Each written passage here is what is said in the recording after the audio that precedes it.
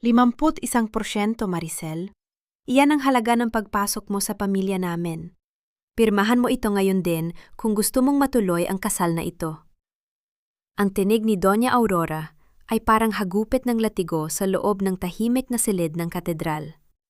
Malamig, direkta, at walang bahid ng pag-aalinlangan. Inilapag ng matanda ang isang makapal na dokumento sa ibabaw ng antigong mesa, sa tapat mismo ng mga kamay ni Maricel na nanginginig sa kaba at pananabik. Sa mga sandali ngayon, suot ni Maricel ang kanyang pangarap. Ang puting belo na yare sa pinakamahusay na Pranses na lace ay marahang nakapatong sa kanyang mga balikat, at ang kanyang gown ay kumikinang sa ilalim ng liwanag ng chandelier. Sa kanyang kanang kamay, mahigpit niyang hawak ang isang maliit na locket na may larawan ng kanyang yumaong ama. Akala niya, sa araw na ito, matutupad na ang kanyang pinakamalaking dalangin, ang magkaroon ng pamilyang tatawaging kanya. Isang pamilyang pupuno sa puwang na iniwan ng kanyang pagiging ulila. Dahan-dahang nag-angat ng tingin si Maricel. Umaasang ang lahat ng ito ay isa lamang masamang biro. Ngunit ang tumambad sa kanya ay ang mukha ni Doña Aurora na puno ng kasakiman.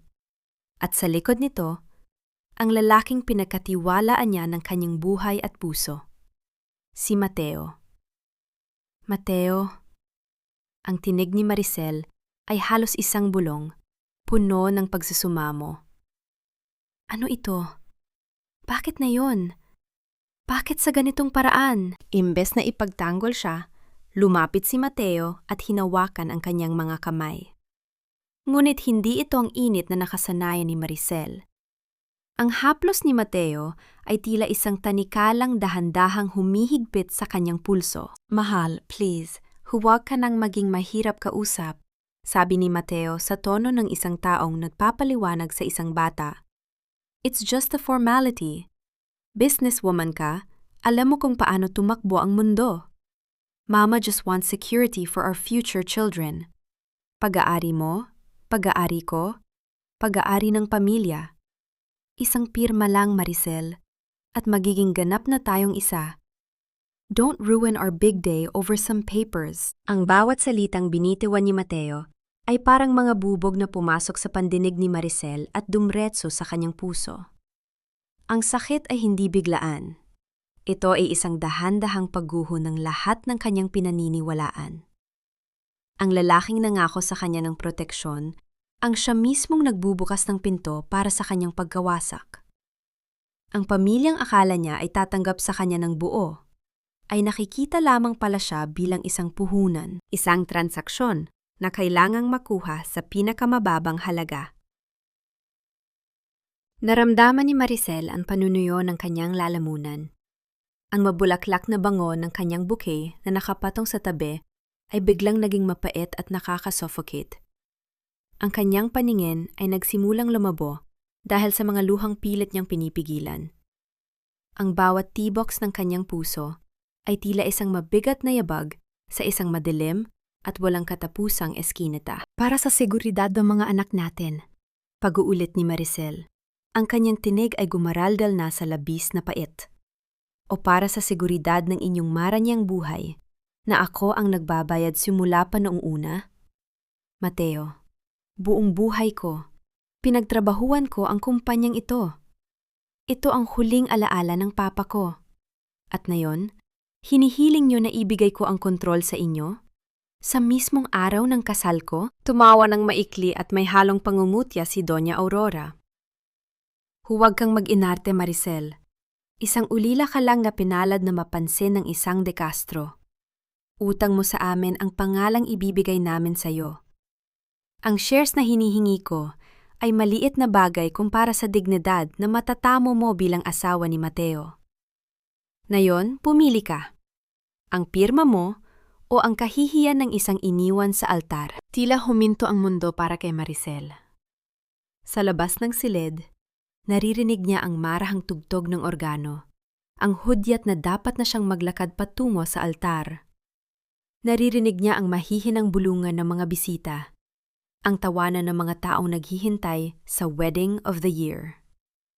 Ngunit sa loob ng maliit na silid na ito, ang lahat ng kulay ng kanyang pangarap ay naging abo. Tiningnan niya si Mateo, umaasang makakita ng kahit katiting na pagsisisi o pag-aalinlangan sa mga mata nito. Ngunit ang nakita lamang niya ay ang kawalan ng pakialam at ang parehong paggagahaman na nasa mga mata ng kanyang ina. Sa sandaling iyon, ang huling hibla ng pag-ibig na nagdurugtong sa kanila ay tuluyan ng napatid. Dahan-dahang ibinaba ni Maricel ang locket na hawak niya. Ang kanyang panininig ay napalitan ng isang nakakatakot na katahimikan.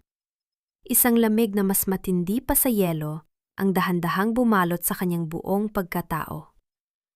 Kailangan ko ng panulat, sabi ni Maricel.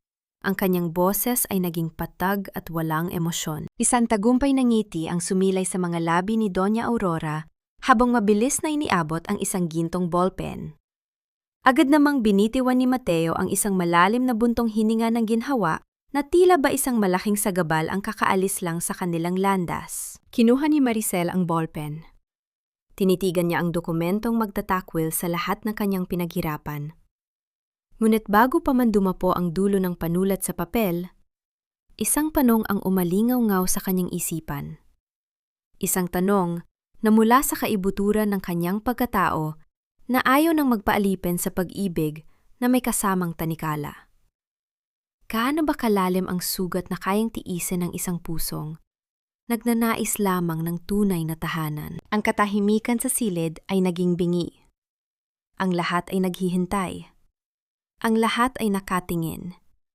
Ngunit walang sinuman ang nakakaalam na sa likod ng mga matang puno ng luha, isang bagong desisyon ang nabubuo. Isang desisyong hindi lamang magpapabago sa kanyang buhay, kundi wawasak sa lahat ng inaasahan ng mga taong nakapaligid sa kanya. Ang bawat hakbang ni Maricel sa pasilyo ng kanyang kumpanya ay tila hila ng isang mabigat na kadena. Suot pa rin niya ang kanyang gown, ngunit wala na ang belo at ang kanyang buhok ay gulo-gulo na mula sa pagkakaayos. Ang malawak at marangyang opisina na dati ay simbolo ng kanyang tagumpay. Ngayon ay tila isang malaking libingan ng kanyang mga pangarap. Ang tanging naririnig sa buong palapag ay ang marahang kalabog ng kanyang sapatos at ang pagkayod ng laylayan ng kanyang mamahaling damit sa makintab na sahig. Hindi siya umuwi sa bahay na inihanda nila ni Mateo. Hindi niya kayang harapin ang mga gamit na pinili nila ng magkasama. Sa halip, dinala siya ng kanyang mga paa sa tanging lugar kung saan siya ang may kontrol, ang kanyang kumpanya. Ngunit pagdating niya sa tapat ng kanyang sariling opisina, napansin niyang bahagyang nakabukas ang pinto. Isang malamlam na liwanag ang nanggagaling sa loob at ang anino ng isang tao ay gumagalaw sa gitna ng kadiliman. Dahan-dahang itinulak ni Maricel ang pinto.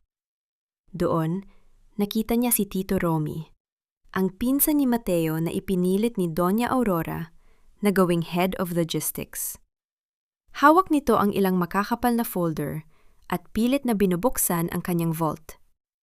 Tito Romy, ang boses ni Maricel ay malamig pa sa hanging nanggagaling sa aircon. Nagulat ang matanda at halos mabitawan ang mga papeles. Maricel, bakit nandito ka? Akala ko ba nasa honeymoon na kayo ni Mateo? Ang honeymoon na pinaplano nyo ay mukhang nauwi sa pagnanakaw. Tugon ni Maricel habang papalapit sa kanyang mesa. Hindi siya natatakot. Ang takot ay matagal nang nilamon ng kanyang galit.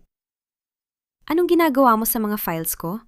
At bakit may hawak kang mga dokumento ng kumpanya sa oras na ito? Agad na nagbago ang anyo ni Tito Romy. Mula sa pagkagulat ay naging mapangahas ito. Huwag mo akong kausapin ng ganyan, Maricel. Pamilya na tayo ngayon. Ang sabi ni Doña Aurora, kailangan ko nang ihanda ang mga papeles para sa transisyon. Tutal, pirma mo na lang naman ang kulang, di ba? Sa amin na rin naman mapupunta ang lahat ng ito. Isang mapait na ngiti ang sumilay sa mga labi ni Maricel. Pamilya? Ang pamilya ay hindi nagnanahaw sa gitna ng gabi. At para malaman mo, walang pirmahang nangyari. Kaya bitawan mo ang mga folder na yan bago ko tawagin ang security. Huwag kang magbalaki! sigaw ni Romy habang idinuduro siya. Isang hamak na babae ka lang na pinalad na mapansin ng mga De Castro. Kung wala ang koneksyon namin, hindi lalago ang negosyong ito. Utang mo sa amin ang lahat. Sa mga sandaling iyon, tila bumalik sa alaala ni Maricel ang unang gabi ng kanilang pagtatagpo ni Mateo. 5 taon na ang nakalilipas, sa gitna ng isang maulan na gabi sa isang construction site. Katatapos lang mamatay ng kanyang ama at halos gumuho ang kanyang mundo sa bigat ng responsibilidad. Dumating si Mateo, payong ang hawak at nangakong hindi siya iiwan. Hayaan mong tulungan kita, Maricel. Hindi mo kailangang dalhin ang mundo ng mag-isa, sabi nito noon, habang nakatingin sa kanya ng may buong katapatan. Akala niya ay anghel na ipinadala ng langit si Mateo.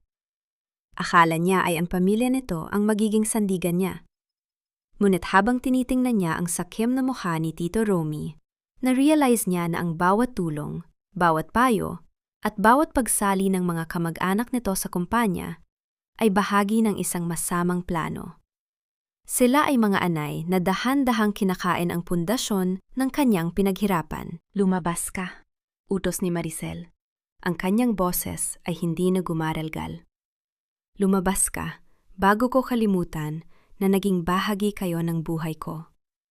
Bukas na bukas din, asahan mo ang termination letter mo at ng lahat ng mga kamag-anak mong pinasok dito. Nagdadabog na lumabas si Tito Romy, ngunit hindi bago ito nag-iwan ng isang mapanirang salita. Magsisisi ka, Maricel. Akala mo ba kaya mo kaming kalabanin? Hindi mo alam kung gaano kalalim ang impluwensya ni Doña Aurora. Nang muling tumahimik ang opisina, nang hina ang mga tuhod ni Maricel, at napaupo siya sa kanyang swivel chair. Ang bigat ng kanyang gown ay tila lalong bumigat. Binuksan niya ang kanyang laptop. Ang kanyang mga daliri ay mabilis na humaplos sa keyboard. Gusto niyang makasiguro. Gusto niyang makita kung gaano nakalalim ang sugat na ginawa nila sa kanyang negosyo. Pumasok siya sa mga lihim na financial records na tanging siya lang ang nakakaalam. Habang tinitingnan ang bawat transaksyon, tumitibok ng mabilis ang kanyang puso. Hanggang sa tumigil ang kanyang mundo sa isang particular na account. Isang serye ng malalaking bank transfer sa loob ng nakaraang 6 na buwan ang tumambad sa kanyang paningin. Ang destinasyon? Isang dummy account na may pangalang MDC Holdings. Naniga si Maricel. Ang MDC ay tumatayo para sa Mateo De Castro. Ang mga halagang inilipat ay hindi lamang libo-libo. Ito ay aabot sa milyon-milyong piso, mga pondo na inilaan para sa expansion ng kanilang mga pabrika. Ang lalaking nangako sa kanyang altar, ang lalaking hinalikan siya kaninang umaga, ay matagal na palang ninanakawan ang kanyang kumpanya sa ilalim ng kanyang sariling ilong. Hindi lang pala ang 51% ang gusto nilang makuha.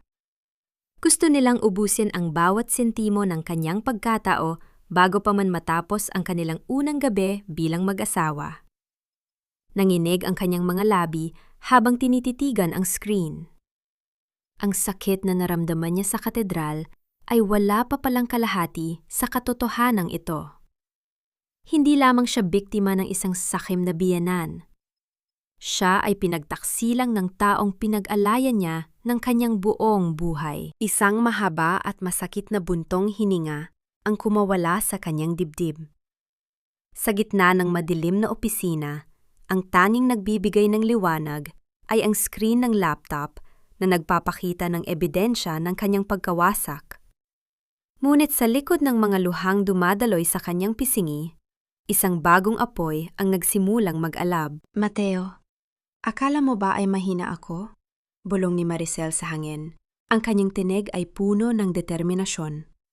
Hinding-hindi niyo makukuha ang korona ko, at hinding-hindi ko hahayaang maging biktima niyo ulit ako. Kasabay ng pagpatak ng ulan sa labas ng bintana, isang panata ang binuo ni Maricel sa kanyang puso. Ang gabi na dapat ay simula ng kanyang bagong buhay bilang asawa, ay naging simula ng kanyang digmaan laban sa mga taong akala niya ay kanyang pamilya. Walang mas masakit sa katahimikan ng isang bahay na dapat ay puno ng kagalakan. Ito ang tanging naisip ni Maricel habang dahan-dahan niyang binubuksan ang pinto ng kanyang penthouse. Ang bawat sulok ng tahanan ay nagniningning pa sa ayos. Mga puting bulaklak na nagsisimula ng malangta, ang mga Mr. and Mrs. na unan sa sofa, at ang naglalakihang mga regalo na hindi pa nabubuksan. Ang lahat ng ito ay dapat sana'y saksi sa kanilang unang gabi bilang mag-asawa. Ngunit ngayon, ang mga ito ay tila mga piping saksi sa kanyang pagiging hangal. Inihubad niya ang kanyang sapatos at naramdaman ang lamig ng sahig na gumagapang sa kanyang mga paa. Pumasok siya sa kusina at nakita ang isang bote ng mamahaling wine na iniwan ni Mateo sa ibabaw ng counter. Kinuha niya ang baso, ngunit sa halip na uminom, tinitigan niya lang ang sariling refleksyon sa salamin ng bintana. Ang babaeng nasa harap niya ay hindi na ang masayahin at puno ng pag-asang Maricel. Siya ay isang anino na lamang ng kanyang dating sarili. Isang marahang pagkatok sa pinto ang bumasag sa katahimikan. Hindi siya kumilos. Sinong pupunta rito sa ganitong oras? Si Mateo ba upang humingi muli ng tawad? O si Doña Aurora upang ituloy ang kanyang pang-alipusta?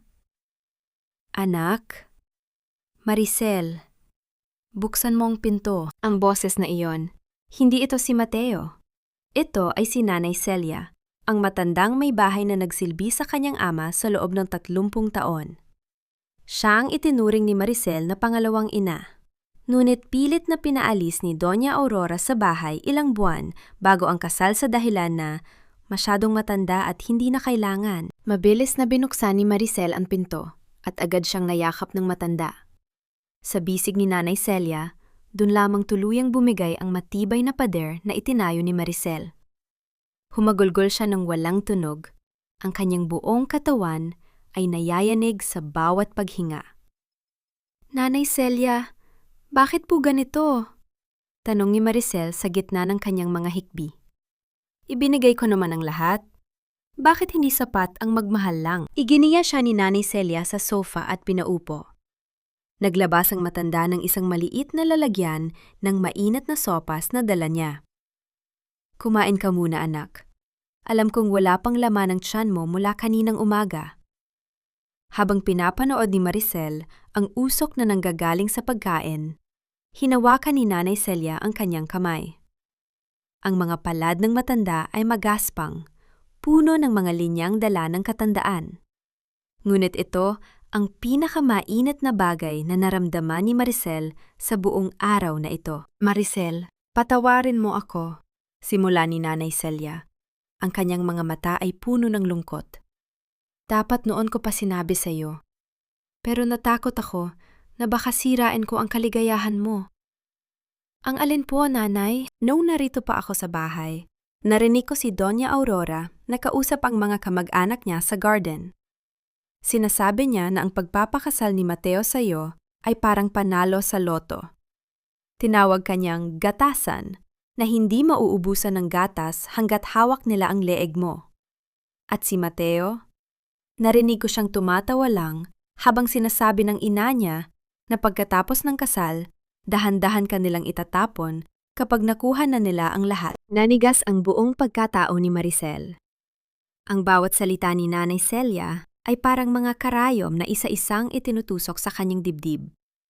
Ang hapdi ay hindi matapos-tapos. Ang lalaking niyayakap niya gabi-gabi ay nakikita lamang pala siya bilang isang puhunan. Bakit hindi niyo po sinabi agad? Mahinang tanong ni Maricel. Pinagbantaan ako ni Doña Aurora, anak. Sabi niya, kung magsasalita ako, sisiguraduhin niyang hindi ka na makakahanap ng trabaho o kaya ipapakulong niya ako sa bintang na pagnanakaw. Ayaw kong maging pabigat sa'yo, kaya umalis na lang ako ng tahimik. Huminga ng malalim si Maricel. Ang kanyang pighati ay dahan-dahang napapalitan ng isang malamig na determinasyon. Hindi na siya iiyak para sa mga taong hindi deserve ang kahit isang patak ng kanyang luha. Tumayo siya at pinunasan ang kanyang pisngi. Salamat, Nanay Celia. Salamat sa pagsasabi ng totoo. Ngayon, Alam ko na kung sino talaga ang kinalaban ko. Kinuha ni Maricel ang kanyang cellphone upang mag-order ng gamot para sa sumasakit niyang ulo at para na rin ipag-book ng sasakyan si Nanay Celia pa uwi. Ngunit pagbukas niya ng kanyang banking app, isang pulang babala ang lumitaw sa screen. Account status: frozen. Hindi siya naniwala. Sinubukan niya ang kanyang ibang credit cards, ngunit lahat ito ay tinanggihan ng system.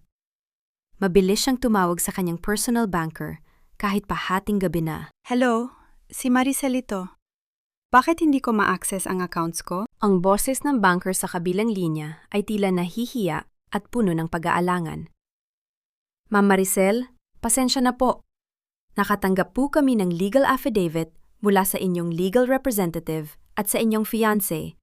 Ay, asawa niyo na po pala, si Sir Mateo.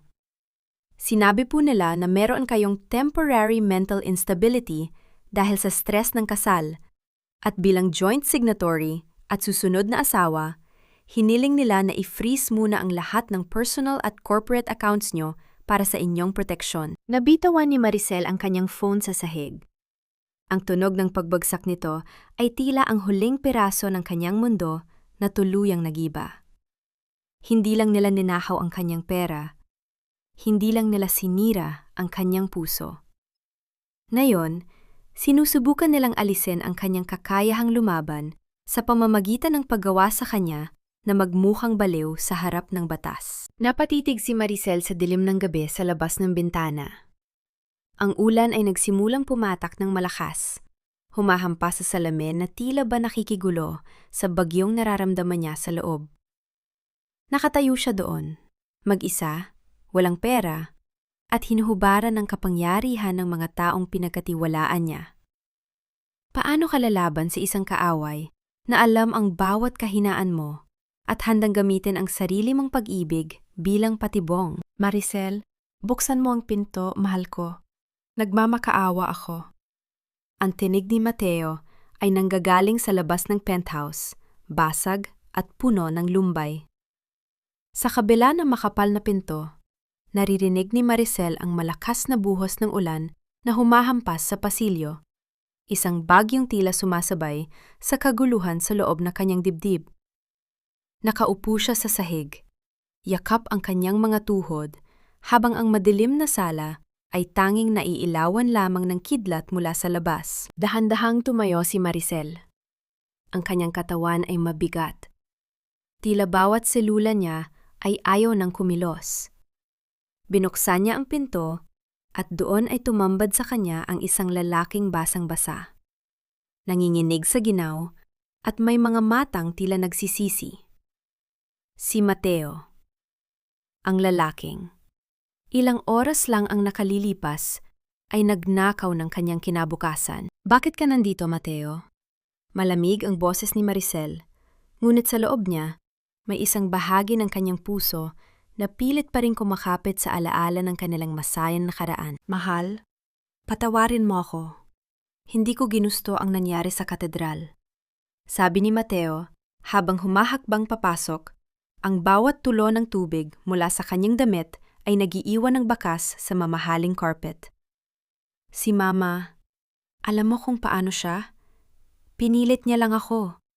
Akala ko, kung susunod tayo sa kanya sa simula, titigilan na niya tayo. Ginawa ko lang yon dahil natatakot akong mawala ka sa akin. Lumapit si Mateo at hinawakan ang mga pisngi ni Maricel.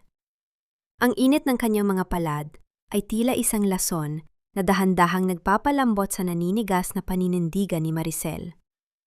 Gusto niyang maniwala. Gusto niyang isipin na biktima lang din si Mateo ng sarili nitong ina.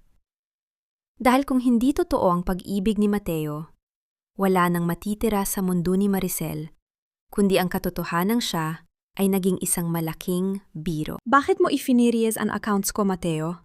Bulong ni Maricel. Ang kanyang mga mata ay nagsisimulang mangilid ng luha. Kung mahal mo ako, bakit mo ako hinubaran ng kakayahang protektahan ang sarili ko? Yumuko si Mateo. Ang kanyang mga balikat ay bumagsak. Para protektahan ka, Maricel. Nakita ni Mama na nagiging hysterical ka. Sabi niya, baka makagawa ka ng desisyon na ikakasira ng kumpanya.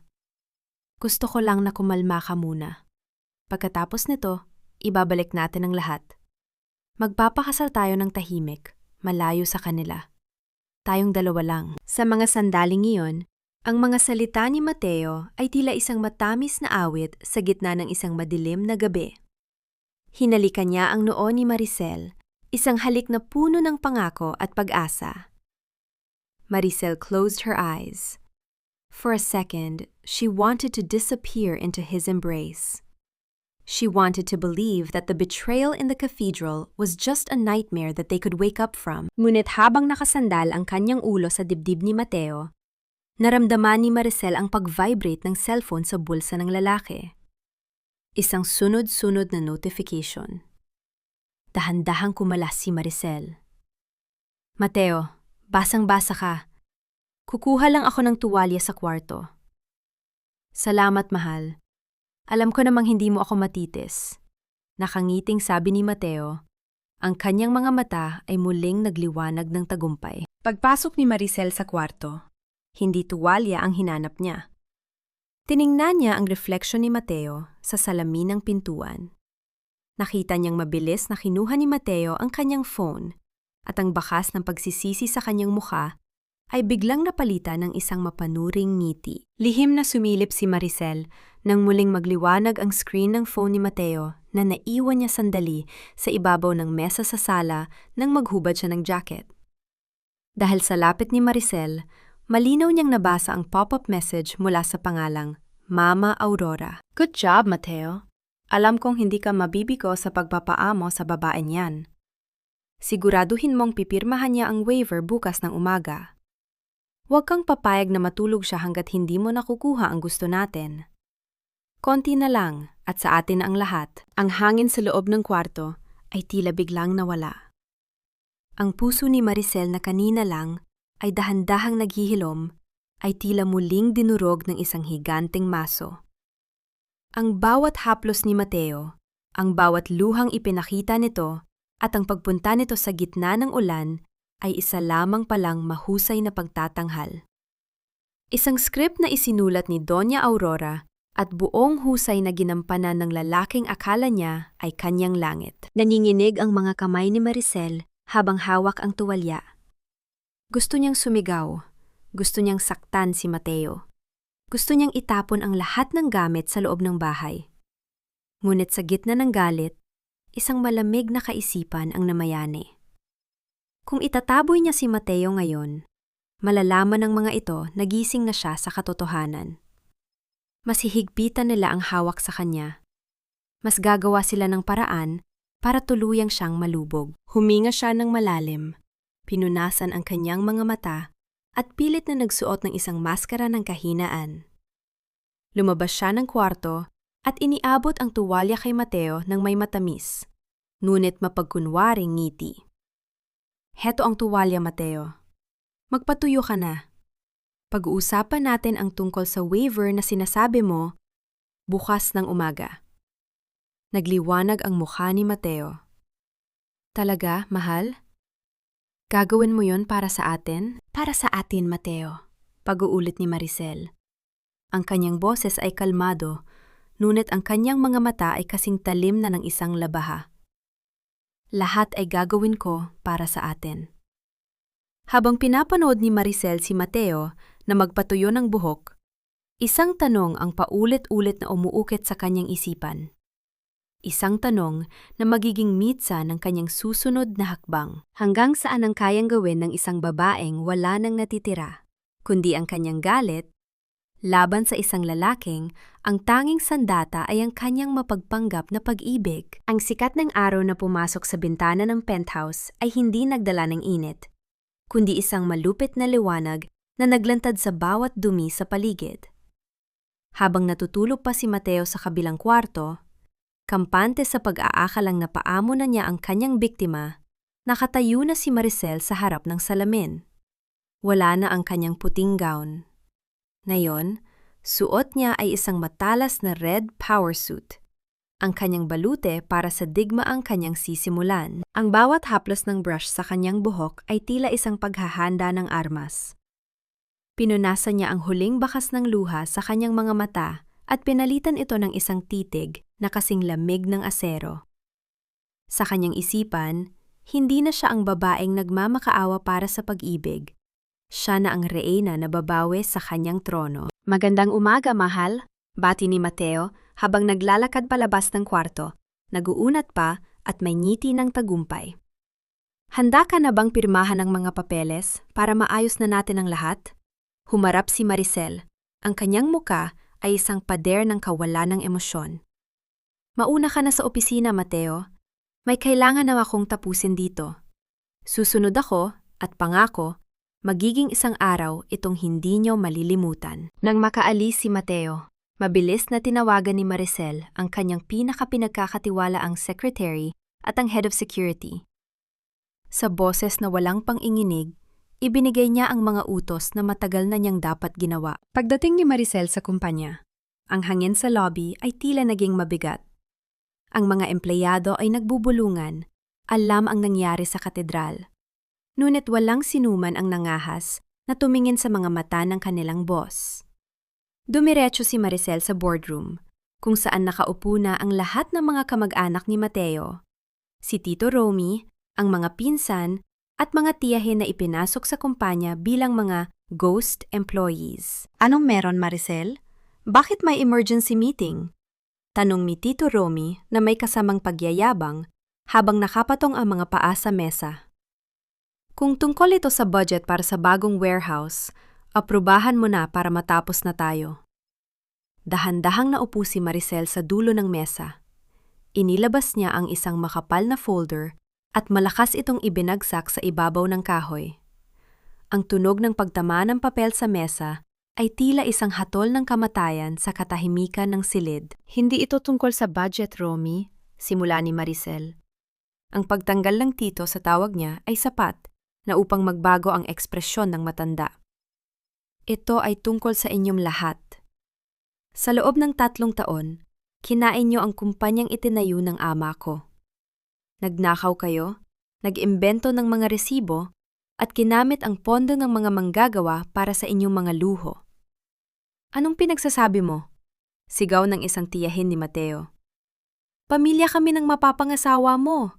May karapatan kami rito. Wala ko yung karapatan sa kahit isang sentimo ng kumpanyang ito. Malamig na tugon ni Maricel.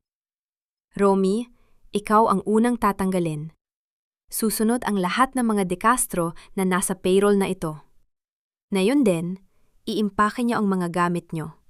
Ang security ay nasa labas na para i-escort tayo palabas ng gusaling ito. Nagkaroon ng kaguluhan sa loob ng silid. Sigawan, mura, at mga pagbabanta ang ibinato kay Maricel. Ngunit nanatili siyang nakaupo, tuwid ang likod. Tila isang estatwa na hindi tinatablan ng bagyo. Sa gitna ng gulo, bumukas ang pinto at pumasok si Doña Aurora. Ang mukha ay pulang-pula sa galit. Suot ang kanyang mamahaling alahas na tila ba isang korona ng kanyang kapangyarihan. Maricel! Anong kabastusan nito? Sigaw ni Doña Aurora habang papalapit sa kanya. Akala mo ba ay sino ka para tratuhin ang pamilya ko ng ganito? Nakalimutan mo na ba ang utang na loob mo sa amin? Tumingin si Maricel sa kanyang biyenan at sa kauna-unahang pagkakataon, hindi siya yumuko. Ang tanging utang na loob ko sa inyo, Aurora, ay ang pagpapakita niyo sa akin ng tunay niyong kulay bago ko patuluyang maisuko ang buhay ko sa inyong pamilya. Ang cleaning service ng kumpanyang ito ay nagsimula na, at kayo ang mga unang basurang itatapon ko. You ungrateful brat! Sasampalin sana ni Doña Aurora si Maricel. Ngunit mabilis na nahawakan ng head of security ang kamay ng matanda. Ilabas sila, utos ni Maricel. Ang kanyang boses ay nanginghibabaw sa buong silid. Habang kinakaladkad palabas ang mga kamag-anak ni Mateo sa lobby, nakita ng lahat ng mga empleyado ang pagbagsak ng mga De Castro. Si Mateo, nakakarating lang, ay nakatayo sa gilid. Hindi malaman kung saan titingin habang ang kanyang ina ay sumisigaw ng mga sumpa sa gitna ng lobby. Nang muling tumahimik ang opisina, pumasok ang secretary ni Maricel na may dalang isang sobre. Ma'am, may dumating pong sulat mula sa abogado ni Doña Aurora. Binuksan ni Maricel ang sobre. Ang kanyang mga mata ay nanliit habang binabasa ang nilalaman. Isang legal notice, demand for support. Dahil daw sa verbal commitment at sa tagal ng kanilang pagsasama bilang pamilya, hinihingan siya ng buwanang sustento para sa mother-in-law na nawalan ng kabuhayan dahil sa kanyang biglaang pagbabago ng isip. Kasama rin dito ang isang demanda para sa moral damages at mental abuse laban kay Mateo. Naramdaman ni Maricel ang isang panibagong sakit sa kanyang sentido. Hindi pa sila tapos. Alam niya ang laro ng mga De Castro. Gagawin nilang impyerno ang kanyang buhay sa pamamagitan ng mga demanda hanggang sa mapilitan siyang sumuko at magbayad.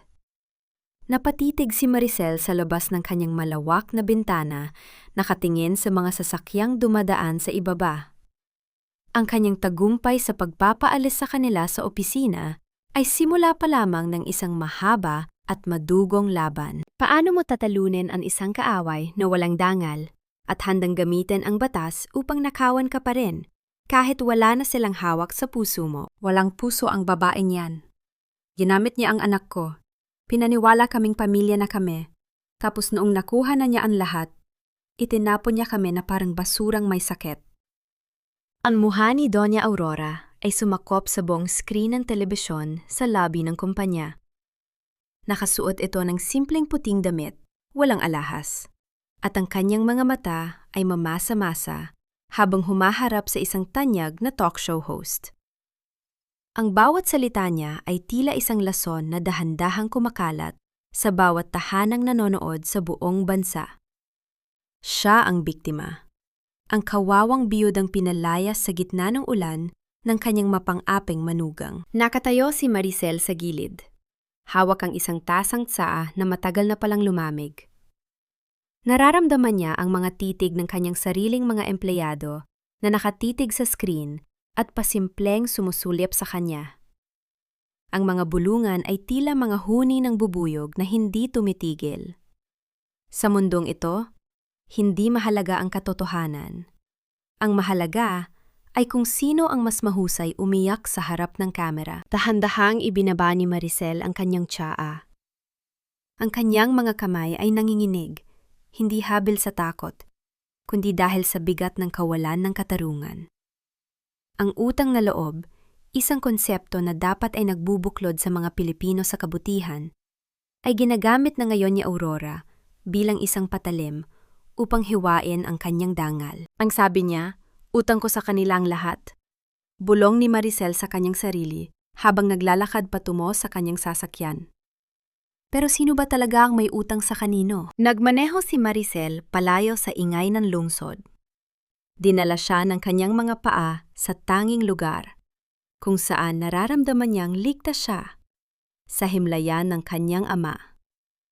Ang sementeryo ay tahimik, tanging ang kaluskos ng mga dahon at ang malayo na huni ng mga ibon ang maririnig. Umupo siya sa damuhan sa tapat ng marmol na puntod. Pa, kailangan ko ng lakas. Simula niya, ang kanyang boses ay nabasag na. Akala ko sapat na ang maging matatag. Akala ko kapag naging matagumpay ako, wala nang makakasakit sa akin. Pero bakit parang mas lumalaki ang kumpanya ko? Mas lumiliit ang mundo ko. Hinaplos niya ang nakaukit na pangalan ng kanyang ama. Naalala niya ang mga huling habilin nito, ang protektahan ang negosyo, at ang manatiling tapat sa kanyang sarili. Ngunit sa gitna ng kahihiyang ibinibigay ni Aurora, nararamdaman ni Maricel na dahan-dahang nilalamon ng dilim ang kanyang liwanag. Ang bawat marites sa kanto, ang bawat komento sa social media na tumatawag sa kanya na ambisyosa at walang galang, ay tila mga batong ipinupukol sa kanya. Pag-uwi sa bahay ng kanyang ama, ang lumang mansyon na matagal na niyang hindi binibisita dahil sa mga alaala ni Mateo, nagsimula siyang mag-ayos ng mga gamit. Gusto niyang iligpit ang lahat ng bagay na magpapaalala sa kanya ng mga De Castro.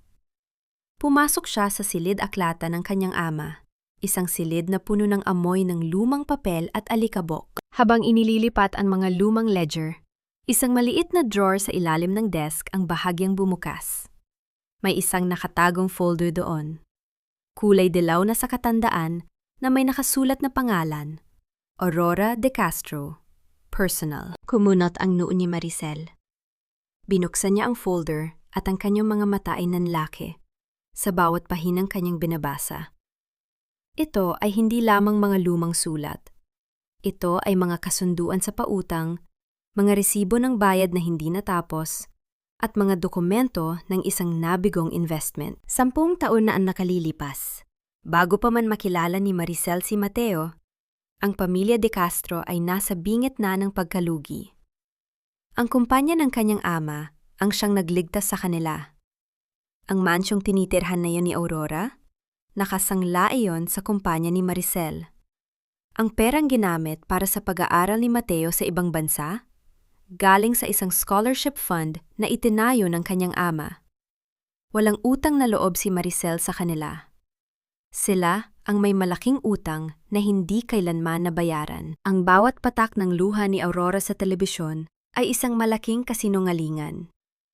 Ang bawat salita ni Mateo tungkol sa proteksyon ay isang paraan lamang para ibaon ang katotohanan na sila ay nabubuhay lamang sa anino ng kayamanan ng kanyang ama.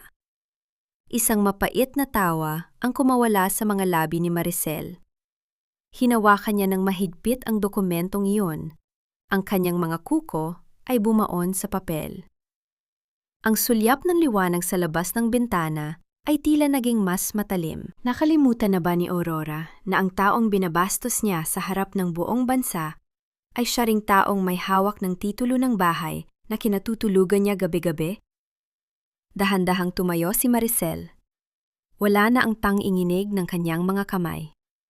Sa halip, isang nakakatakot na kalmado ang bumalot sa kanya. Tumingin siya sa portrait ng kanyang ama na nakasabit sa dingding.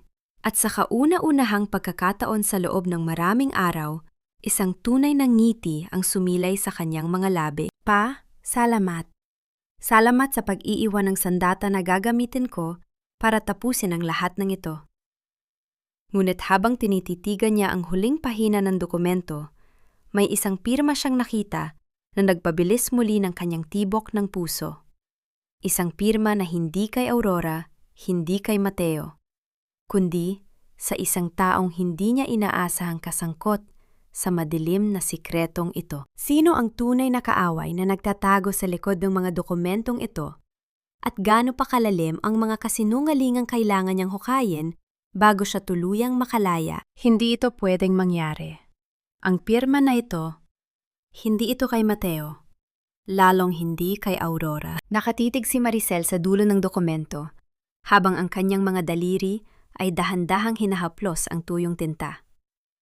Sa loob ng opisina ni Attorney David sa Makati, ang lahat ay tila huminto. Ang ingay ng trapiko sa labas at ang mahinang ugong ng aircon ay naging isang malabong tunog na lamang sa kanyang pandinig.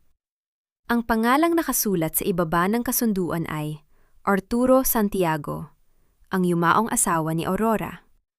Ngunit ang petsa ng huling pirma? 3 taon matapos itong ilibing. Si Attorney David, isang lalaking may matatalas na mata at seryosong muka, ay dahan-dahang kinuha ang folder mula sa mesa. Inayos niya ang kanyang salamin at muling sinuri ang bawat pahina sa ilalim ng maliwanag na desk lamp. Maricel, if this is true, hindi lang ito simpleng utang, simula ni David. Ang kanyang boses ay puno ng babala. Forgery ito. At kung ginamit ni Aurora ang mga dokumentong ito para makuha ang pondo ng ama mo noon, ibig sabihin, ang pundasyon ng yaman na ipinagmamalaki niya ngayon ay binuo sa isang malaking krimen. Sumandal si Maricel sa kanyang upuan, naramdaman ang biglang panghihina ng kanyang mga tuhod. Sa loob ng 5 taon, naniwala siya na si Mateo ay galing sa isang kagalang-galang na pamilya na minalas lamang sa negosyo. Pinahalagahan niya ang dangal ng mga De Castro dahil akala niya ay iyon ang huling iniwan ng ama ni Mateo sa kanila. Ngunit na yon, ang lahat ay tila isang maruming script sa isang pelikulang siya ang bida. pero wala siyang kaalam-alam sa dulo. Attorney, anong ibig sabihin nito para kay Mateo? Tanong ni Maricel. Ang kanyang puso ay muling kumikirot sa bawat pagbigkas ng pangalan ng lalaking mahal niya. Tumingin si David ng diretso sa kanya, may halong awa at katotohanan. Maricel, kailangan mong tanggapin ang posibilidad na si Mateo ay hindi biktima rito. Sa katunayan, sa mga record na nakuha ko kaninang umaga, may isang mas malalim na sikreto si Aurora. Si Mateo, hindi siya ang tunay na tagapagmana ng mga ari-arian ni Arturo Santiago. Tila binuhusan ng malamig na tubig si Maricel. Ano? Pero siya lang ang anak ni Aurora at Arturo. Iyon ang alam ng publiko, patuloy ni David, habang inilalabas ang isang kopya ng birth certificate mula sa isa pang envelope. Pero ayon sa mga dokumento ng ospital na nahanap ng investigator ko, baog si Arturo Santiago. Si Mateo ay kinuha lamang ni Aurora mula sa isang malayong probinsya at ipinarehistro bilang anak nila para makuha ang mana mula sa pamilya Santiago. Mateo is a pawn, Maricel. Isang kasangkapan na pinalaki ni Aurora para maging susi sa mga pintong hindi niya mabuksan, kasama na ang pinto ng kumpanya mo. Hindi makapagsalita si Maricel. Ang bawat haplos ni Mateo, ang bawat I love you na binubulong nito sa kanya tuwing gabi, ang bawat pangako ng pagbuo ng sariling pamilya, lahat ba yon ay bahagi ng isang pagsasanay? Ang lalaking inalayan niya ng kanyang buong pagkatao ay isa lamang palang proyekto ng isang sakim na ina. Naramdaman ni Maricel ang panunuyo ng kanyang lalamunan. Ang kanyang paningin ay nagsimulang lumabo dahil sa galit na humahalo sa kanyang pighati. Gusto niyang sumigaw. Gusto niyang puntahan si Mateo at itanong kung alam ba nito ang lahat ng ito. Ngunit sa kaibuturan ng kanyang puso, alam na niya ang sagot. Ang pananahimik ni Mateo sa katedral, ang pag-freeze nito sa kanyang accounts, ang pagtatanggol nito sa kanyang ina, ang lahat ng iyon ay sapat na ebidensya. Kaya ba ganun na lang ang pagkapit nila sa akin? Bulong ni Maricel. Ang kanyang tinig ay gumaralgal. Dahil kapag nawala ako, wala na silang ibang pagkukunan? Dahil ang buong buhay nila ay isang malaking kasinungalingan? Exactly, tugon ni David. They need you, Maricel. Pero hindi dahil mahal ka nila, kundi dahil ikaw ang nagsisilbing lehitimasyon ng kanilang pag-iral sa alta lipunan. Kapag bumagsak ka, babalik sila sa putikan kung saan sila nanggaling. Tumayo si Maricel at naglakad patungo sa malawak na bintana ng opisina ni David. Mula sa itaas, ang mga ilaw ng lungsod ay tila mga bituin na nakakalat sa dilim. Napakaganda tingnan mula sa malayo. Pero alam ni Maricel na sa ilalim ng mga ilaw na iyon ay may mga taong handang pumatay at magnakaw para lamang manatili sa itaas. Naisip niya ang kanyang ama. Naalala niya kung paano ito nagpakapagod para itayo ang kumpanya, kung paano nito pinahalagahan ang bawat sentimo at bawat empleyado. At ngayon, ang diamanteng iniwan ng kanyang ama ay pilit na dinudumihan ng mga kamay ni Aurora at Mateo. Anong susunod nating hakbang, attorney? Tanong ni Maricel nang hindi lumilingon. Ang kanyang boses ay wala ng bakas ng kahinaan. Ang panginginig ng kanyang mga balikat ay huminto na. Kailangan nating patunayan ang forgery sa korte. Pero bago yon, kailangan nating mahanap ang tunay na kamag-anak ni Arturo Santiago. Sila ang may karapatan sa mga ari-ariang hawak ni Aurora ngayon. Kapag nahanap natin sila, mawawala ng kapangyarihan si Aurora. She will be homeless, nameless, and penniless. Isang matalas na ngiti ang sumilay sa mga labi ni Maricel. Hindi itong ngiti ng kagalakan, kundi ngiti ng isang reynang handa nang itumba ang bawat piyesa ng kanyang kaaway. Gawin mo ang lahat, David. Huwag kang mantitira ng kahit anong butas. Gusto kong makita ang bawat sentimong ninakaw nila na bumabalik sa nararapat na may-ari. At gusto kong makita si Mateo na nakatingin sa akin habang dahan-dahan siyang kinakain ng sarili niyang mga kasinungalingan. Paglabas ni Maricel sa opisina ni David, ang hangin sa gabi ay tila mas sariwa. Ngunit bago pa man siya makarating sa kanyang sasakyan, isang itim na van ang huminto sa kanyang tapat. Bumukas ang pinto at lumabas ang isang lalaking pamilyar sa kanya. Isang tauhan ni Aurora na madalas niyang nakikita sa mansyon. Ma'am Maricel, pinapatawag po kayo ni Doña Aurora, sabi ng lalaki. Ang tono ay hindi isang paanyaya, kundi isang utos. Mayroon po siyang gustong ipakita sa inyo na siguradong makakapapapago ng isip niyo tungkol sa demanda. Tumingin si Maricel sa lalaki ng may halong pandidiri. Sabihin mo sa amo mo, wala na kaming dapat pag-usapan. Kahit po ba tungkol ito sa kaligtasan ni Nanay Celia? Tila tumigil ang paghinga ni Maricel. Ang kanyang mga kamay ay mabilis na nanigas sa gilid ng kanyang katawan. Anong ginawa niyo sa kanya? Sumama na lang po kayo ng tahimik, ma'am. Ayaw nating may masaktan sa gabing ito, hindi ho ba? Sumakay si Maricel sa van. Ang kanyang puso ay tumitibok ng mabilis dahil sa takot para sa matandang nag-alaga sa kanya. Habang dahan-dahan silang lumalayo sa liwanag ng Makati, patungo sa dilim ng isang hindi pamilyar na lugar, isang katotohanan ang nanuot sa kanyang isipan. Ang bigmaang ito ay hindi na lamang tungkol sa pera o sa kumpanya. Ito ay tungkol na sa buhay ng mga taong mahal niya.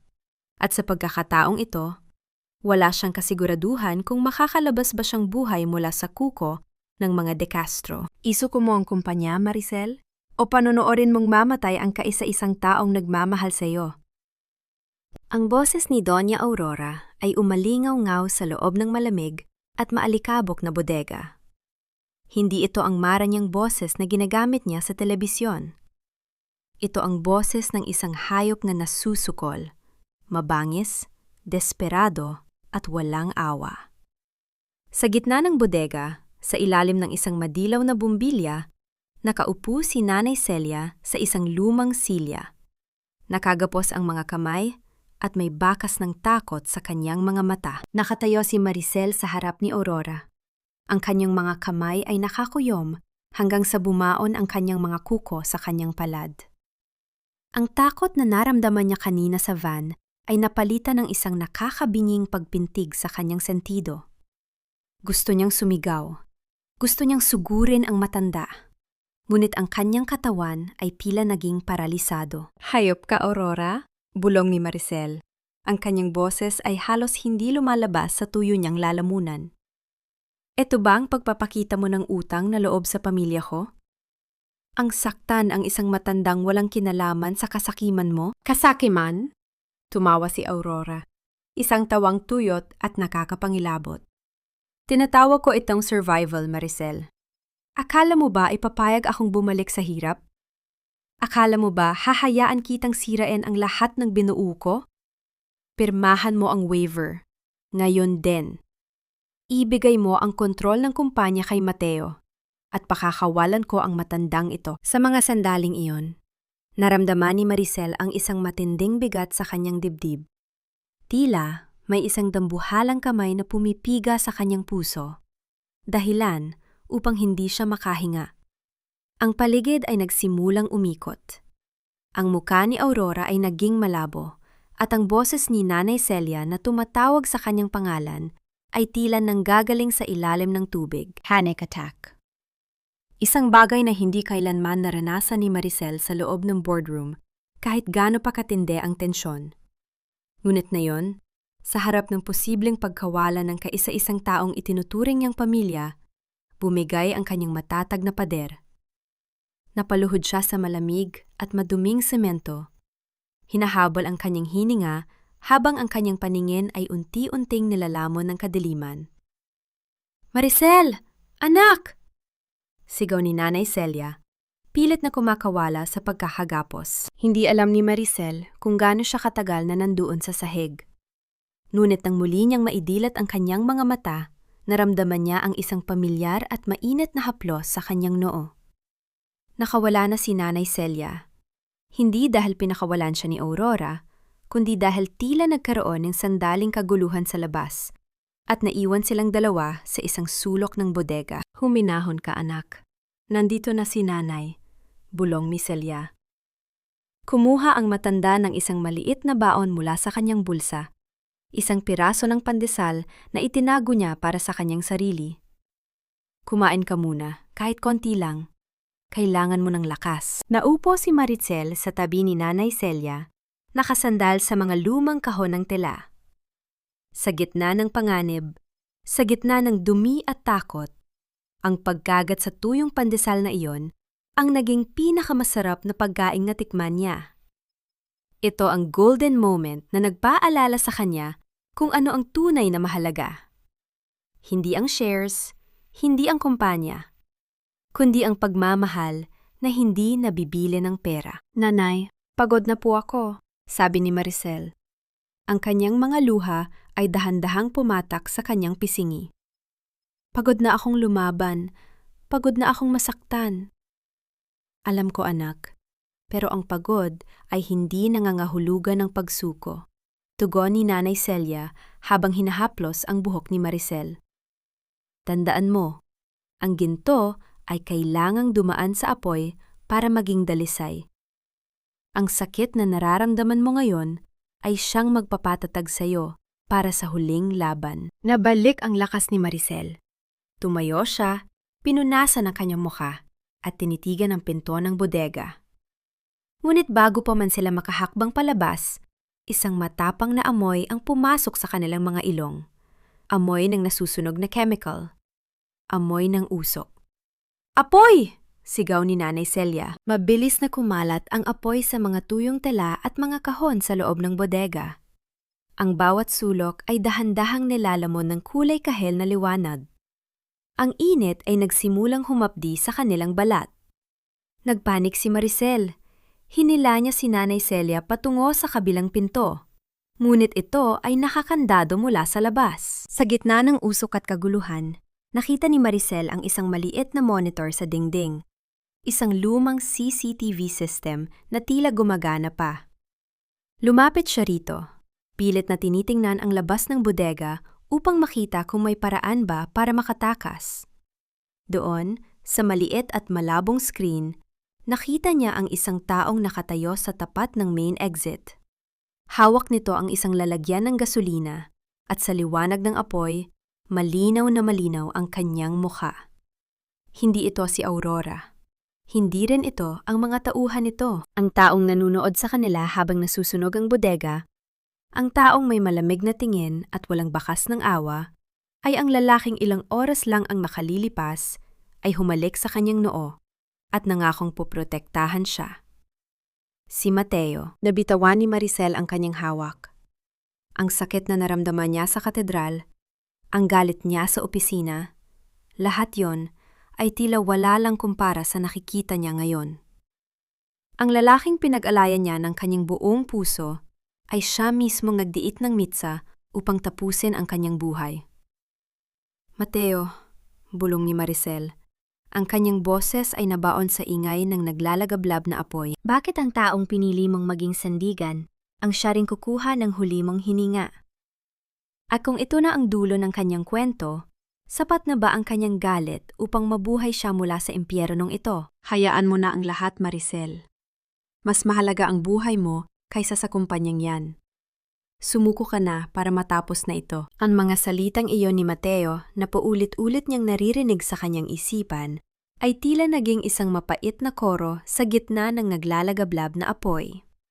Habang ang makapal at itim na usok ay dahan-dahang sumasakal sa kanyang baga, nakatitig pa rin si Maricel sa maliit na screen ng CCTV. Nakita niya ang lalaking mahal niya na tumalikod sa nasusunog na bodega. Ang bawat hakbang nito ay puno ng katiyakan. Tila ba, ang apoy sa likuran nito ay hindi isang krimen, kundi isang malinis na paraan upang burahin ang lahat ng kanyang problema. Naramdaman ni Maricel ang hapdi sa kanyang mga mata, hindi lamang dahil sa usok, kundi dahil sa huling pagguho ng kanyang pagkatao. Ang bawat pangarap na binuo niya kasama si Mateo ay naging abo na sa bawat paglamat ng mga kahoy sa paligid. Anak, huwag kang susuko. Huminga ka ng malalim sa ilalim ng baroko. Bulong ni Nanay Celia, pilit na itinataboy ang takot sa sarili nitong boses. Ang panginginig ng mga kamay ni Maricel ay biglang tumigil. Sa gitna ng impyernong yon, Isang malamig na kapangyarihan ang gumising sa kanyang dugo. Hindi siya pwedeng mamatay rito. Hindi siya pwedeng maging isang istatistika lamang sa isang aksidente na plano ng mga De Castro. Kung mamatay siya rito, mananalo ang kasamaan. Mananatili ang korona sa ulo ni Aurora at ang pera sa kamay ni Mateo. Hindi tayo mamamatay rito, nanay, sabi ni Maricel. Ang kanyang boses ay tila nanggagaling sa kailaliman ng isang tuyong balon. Ginamit ni Maricel ang huli niyang lakas. Kinuha niya ang isang mabigat na fire extinguisher na nakasabit sa dingding.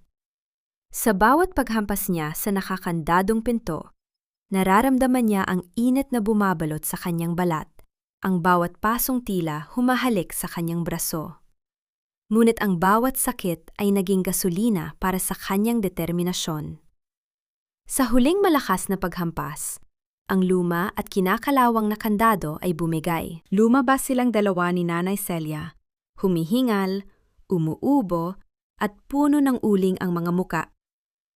Ang malamig na hangin sa labas ay tila isang himala. Ngunit bago pa man sila makalayo, nakita ni Maricel ang isang bulto ng tao sa dulo ng kalsada, nakatayo sa ilalim ng poste ng ilaw. Si Mateo. Napatigil ang lalaki nang makita silang dalawa.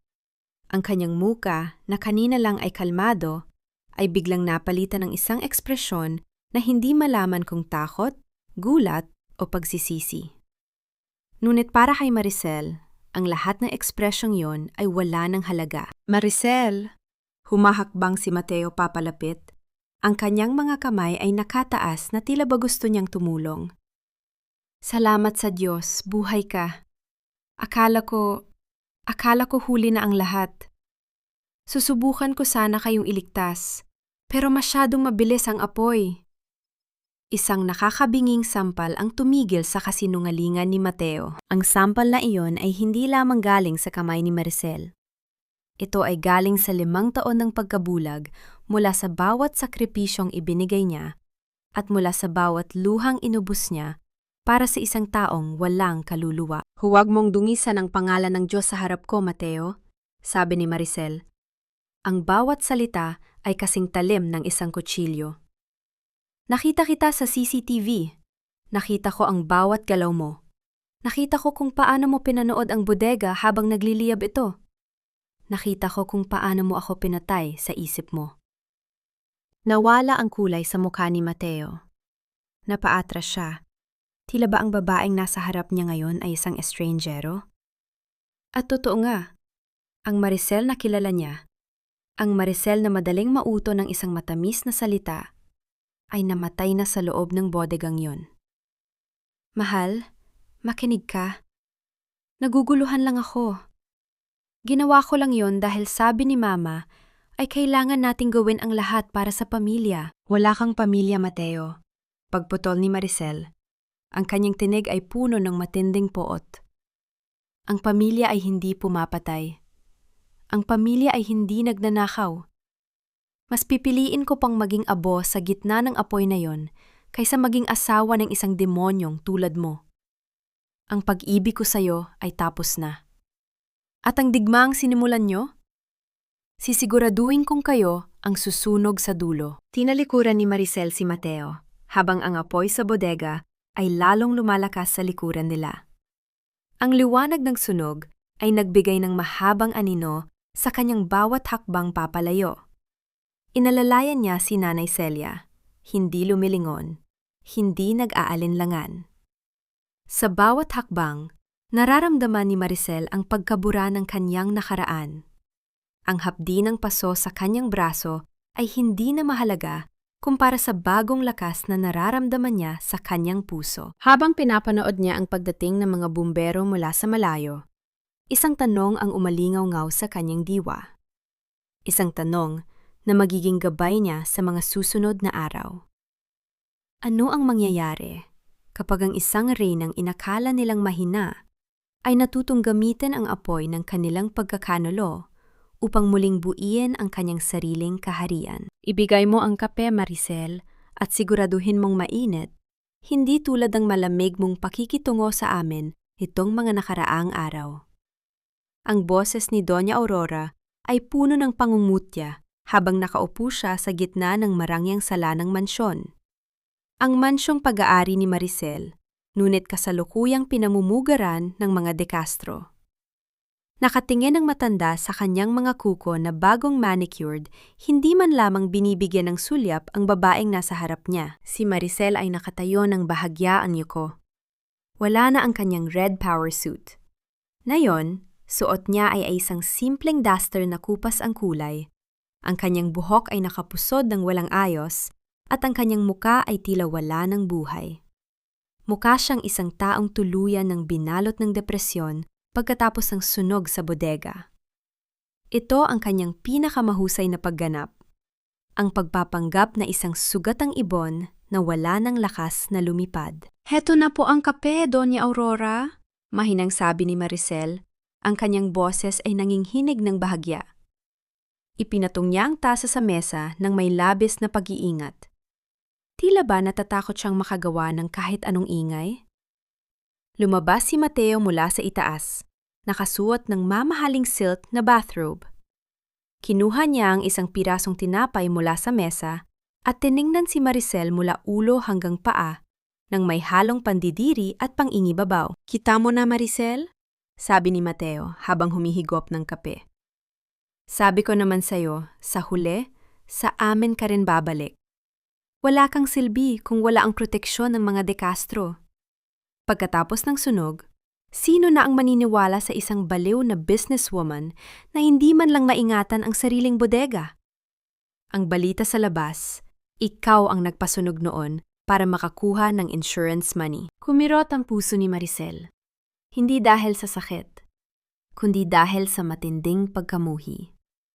Ang lalaking ito, ang lalaking sinubukan siyang patayin sa loob ng apoy, ay may kapal pa ng mukha na baligtarin ang kwento. Ngunit pinanatili ni Maricel ang kanyang maskara. Yumuko siya ng mas mababa pa. Hinahayaang mahulog ang ilang hibla ng buhok sa kanyang mukha upang itago ang talim ng kanyang mga mata. "Patawarin niyo ako, Mateo, Doña Aurora," bulong ni Maricel. "Naguguluhan lang ako noon. Tama kayo. Hindi ko kaya ang mag-isa.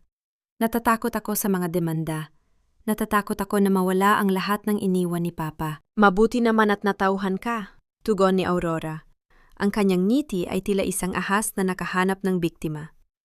"Para matigil na ang lahat ng gulo, pirmahan mo na ang bagong dokumentong inihanda ng abogado namin. Hindi na lang 51%, Maricel.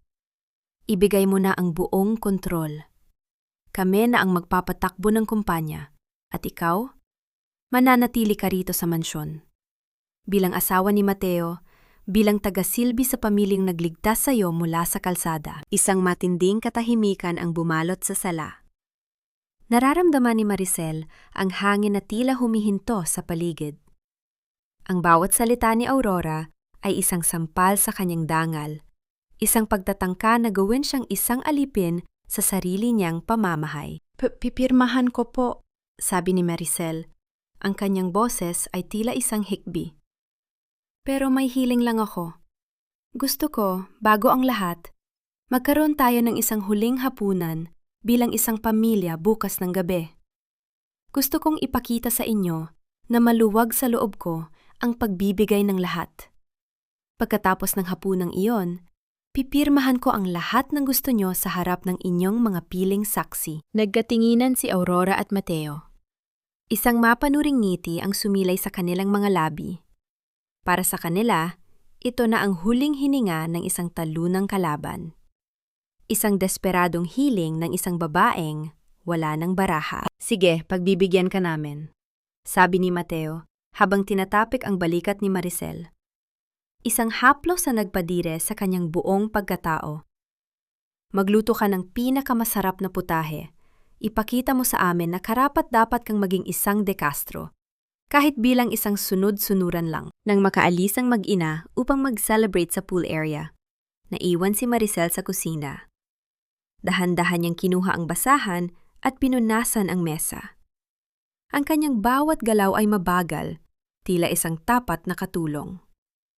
Ngunit sa ilalim ng mesa, ang kanyang isang kamay ay nakahawak sa isang maliit na recording device na nakatago sa kanyang bulsa. Lahat ng pang-aalipusta nila, lahat ng pag-amin ni Mateo tungkol sa paninira sa kanya sa media at ang plano nilang pagnanakaw, lahat ay na-record ng malinaw. Pumasok si Maricel sa maliit na silid ng mga katulong kung saan siya pinapatulog ni Aurora ngayon. Inilabas niya ang kanyang tago na cellphone at nag-send ng isang message kay Attorney David. Ang PIN ay kinagat na nila. Ihanda ang lahat ng mga dokumento, ang mga pulis, at ang mga tunay na tagapagmana. Bukas ng gabi, guguho ang kanilang mundo sa gitna ng isang piging. Huminga ng malalim si Maricel. Tumingin siya sa labas ng bintana, sa madilim na harden, kung saan naririnig ang tawanan ni Mateo at Aurora habang nagbubukas ng mamahaling champagne. Hindi nila alam na ang bawat patak ng inumin na yon ay kabayaran para sa bawat luhang inubos ni Maricel. Ang gabi ay tila mas humaba, puno ng tensyon at mga lihim na dahan-dahang nabubuo.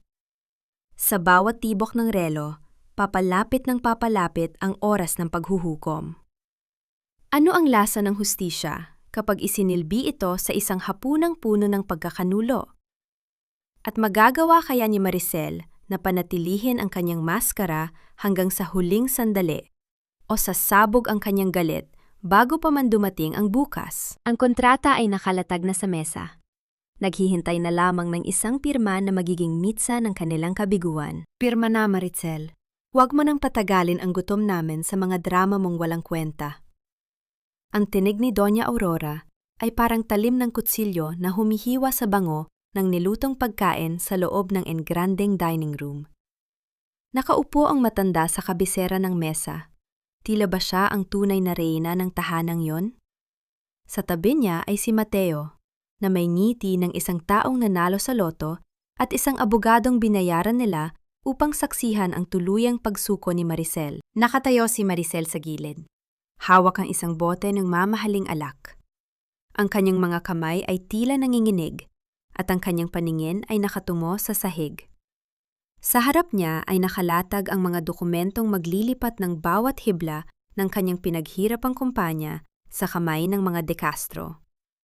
Ito ang huling hakbang ng kanilang kasakiman at akala nila ay wala nang magagawa ang babaeng kanilang dinurog. "Heto na po, Doña Aurora," mahinang sabi ni Maricel. Inilapag niya ang alak at dahan-dahang kinuha ang gintong ballpen. Ngunit bago ko ilapat ang huling pirma, gusto ko lang malaman. Mateo, mahal mo ba talaga ako kahit konti? O sadyang bahagi lang ako ng plano nyo simula at sa pool? Tumawa ng malakas si Mateo, isang tawang puno ng pangungutya na nagpabigat sa hangin sa loob ng silid. Mahal?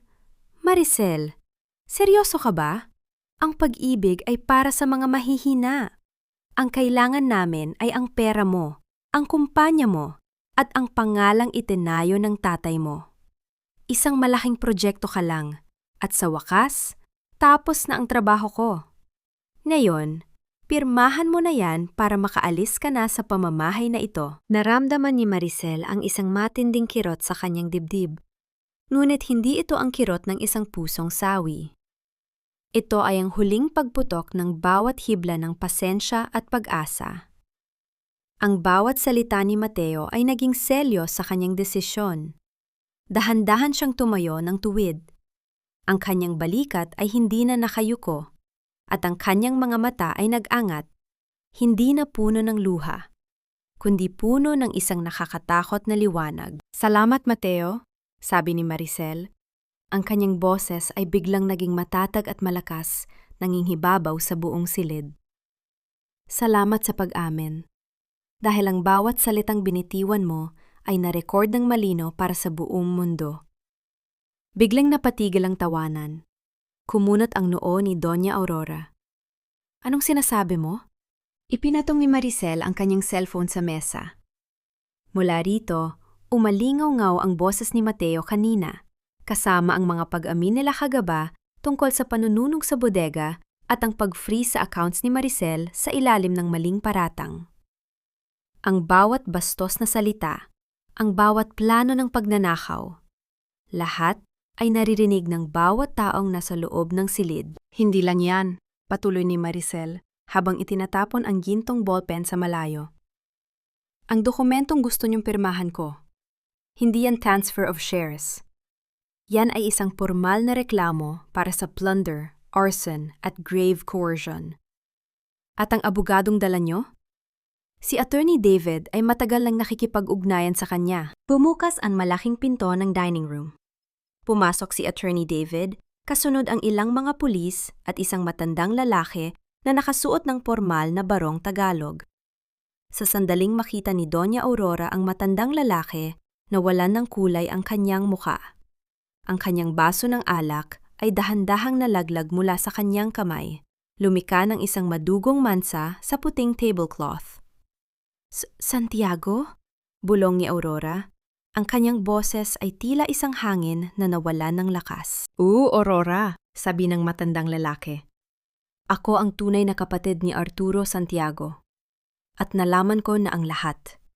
Nalaman ko ang tungkol sa Peking Testamento, ang tungkol sa pagnanahaw mo sa pondo ng kumpanya ni Maricel, at ang pinakamasakit sa lahat, ang paggamit mo sa isang batang kinuha mo lang, kung saan-saan, para magpanggap na tagapagmana ng aming pamilya. Tumingin ang matanda kay Mateo nang may halong pandidiri. Hindi ka isang De Castro, at lalong hindi ka isang Santiago. Isa kang impostor na binuo ng kasakiman ng babaeng ito. Nanginig ang buong katawan ni Mateo. Napaupo siya sa kanyang silya, tila ba ang lahat ng kanyang lakas ay hinigop ng sahig. Si Doña Aurora naman ay nagsimulang sumigaw, nagwawala, tinatangkang sunggaban si Maricel, ngunit mabilis siyang nahawakan ng mga pulis. Hindi! Akin ang lahat ng ito. Pinaghirapan ko ito. Sigaw ni Aurora habang kinakalagad palabas. Tumayo si Maricel sa gitna ng kaguluhan. Tiningnan niya ang hapunan na inihanda niya.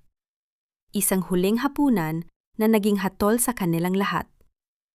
Lumapit siya kay Mateo, na ngayon ay nakayuko na lamang at umiiyak sa kahihiyan. Sabi mo, Mateo, ang pag-ibig ay para sa mga mahihina. Bulong ni Maricel sa tenga nito. Ngunit ang katotohanan ay ang pag-ibig ko ang nagbigay sa iyo ng lahat. At ang kawalan mo ng pag-ibig ang siyang kukuha sa iyo ng lahat. Ngayon, lumabas ka sa bahay ko. At wag na wag mo nang babanggitin ang pangalan ko, kahit sa panaginip mo.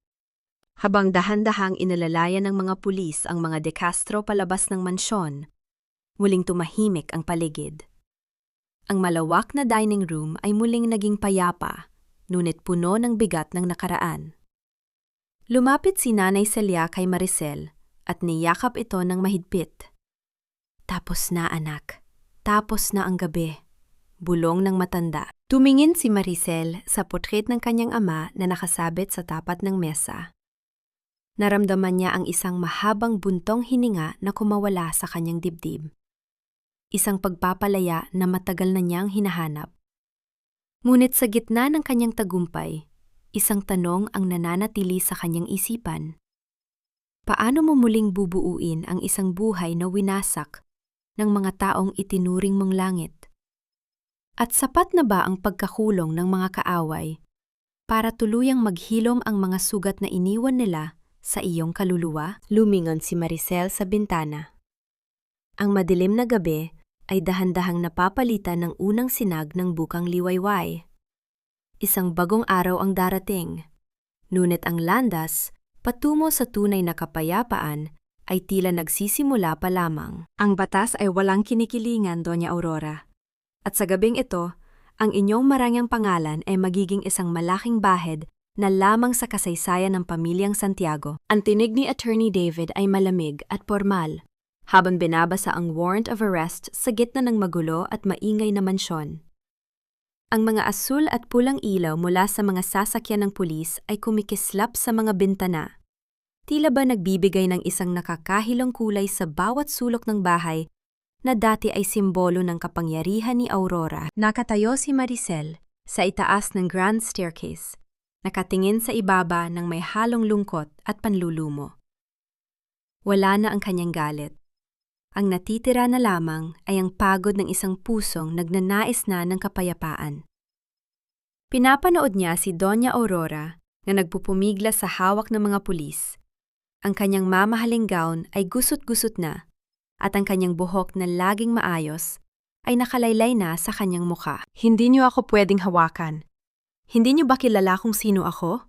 Sigaw ni Aurora. Ang kanyang boses ay naging paos at puno ng desperasyon. Maricel, sabihin mo sa kanila. Sabihin mo sa kanila na nagkamali lang tayo. Pamilya tayo, hindi ba? Tumingin si Maricel sa kanyang dating biyenan.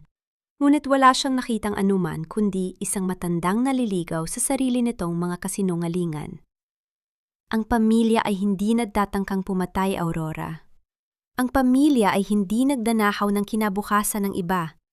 Sa gabing ito, ang tanging pamilya nyo ay ang inyong sariling anino. Sa labas ng gate, ang mga marites o ang mga kapitbahay na dati ay tinitingala ang mga De Castro ay nandoon na. Hawak ang kanilang mga cellphone, kinukunan ang bawat sandali ng kahihiyan. Ang hiya, ang pinaka-kinatatakutang bagay ng mga elitistang tulad ni Aurora, ay dahan-dahang lumalamon sa kanya. Ang bawat click ng kamera ay tila isang paho na ibinabaon sa kanyang danggal. Habang inilalabas si Aurora, napansin ni Maricel si Mateo na dahan-dahang gumagapang patungo sa gilid ng garahe. Ang mukha nito ay maputla. Ang mga mata ay nanlilisik sa takot.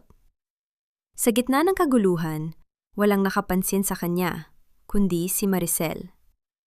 Mabilis na sumakay si Mateo sa isa sa mga luxury cars na pag-aari ng kumpanya ni Maricel. Mateo, wag! Sigaw ni Maricel mula sa itaas, ngunit huli na ang lahat. Ang tunog ng makina ng sasakyan ay umalingaw-ngaw sa tahimik na gabi. Kasunod ang tunog ng mga gulong na mabilis na kumiskis sa semento. Kumaripas ng takbo si Mateo. Binangga ang gate ng mansyon sa kanyang pagmamadali na makatakas sa batas at sa kahihiyan. Habulin niyo siya! Utos ng isang pulis, at agad na sumunod ang 2 patrol cars. Naiwan si Maricel na nakatayo sa balkonahe. Pinapanood ang mga ilaw ng sasakyan na dahan-dahang nawawala sa dilim ng kalsada. Ang kanyang puso ay tumitibok ng mabilis. Hindi niya alam kung bakit, pero naramdaman niya ang isang matinding kaba na tila may masamang mangyayari. Lumipas ang ilang minuto ng nakakabinging katahimikan. Ang mga pulis ay tapos nang ilabas ang mga kagamitang magsisilbing ebidensya.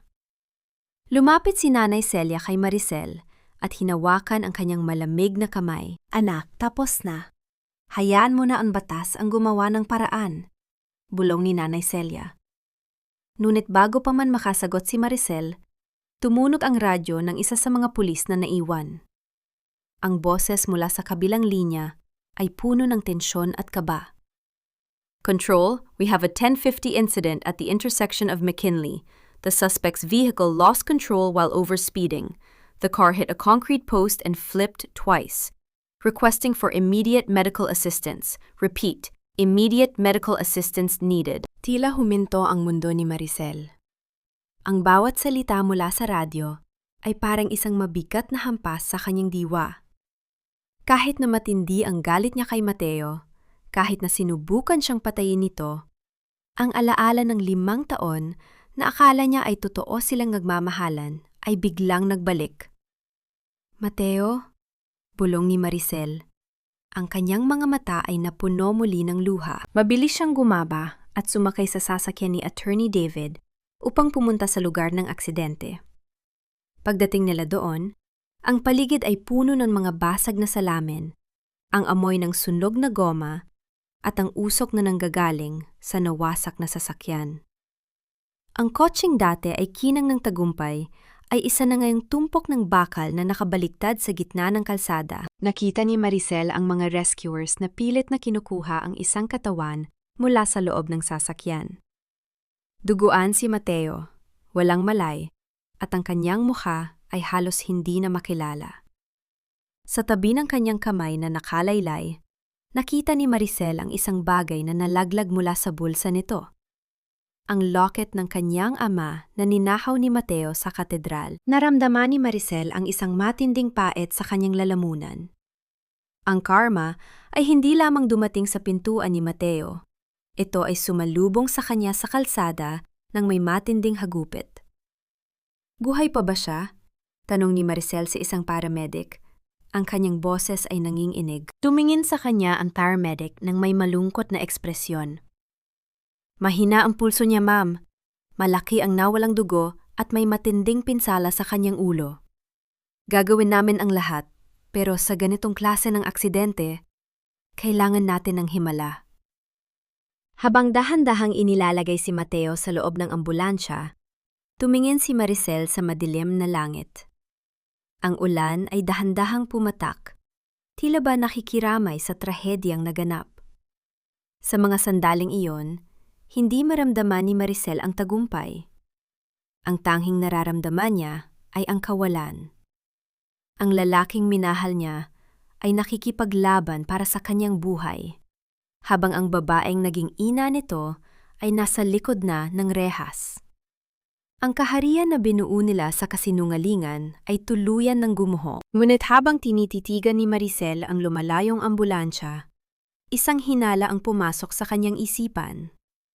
Kilala niya si Mateo, ang pagiging manipulative nito at ang kakayahang gumawa ng paraan para makatakas sa responsibilidad.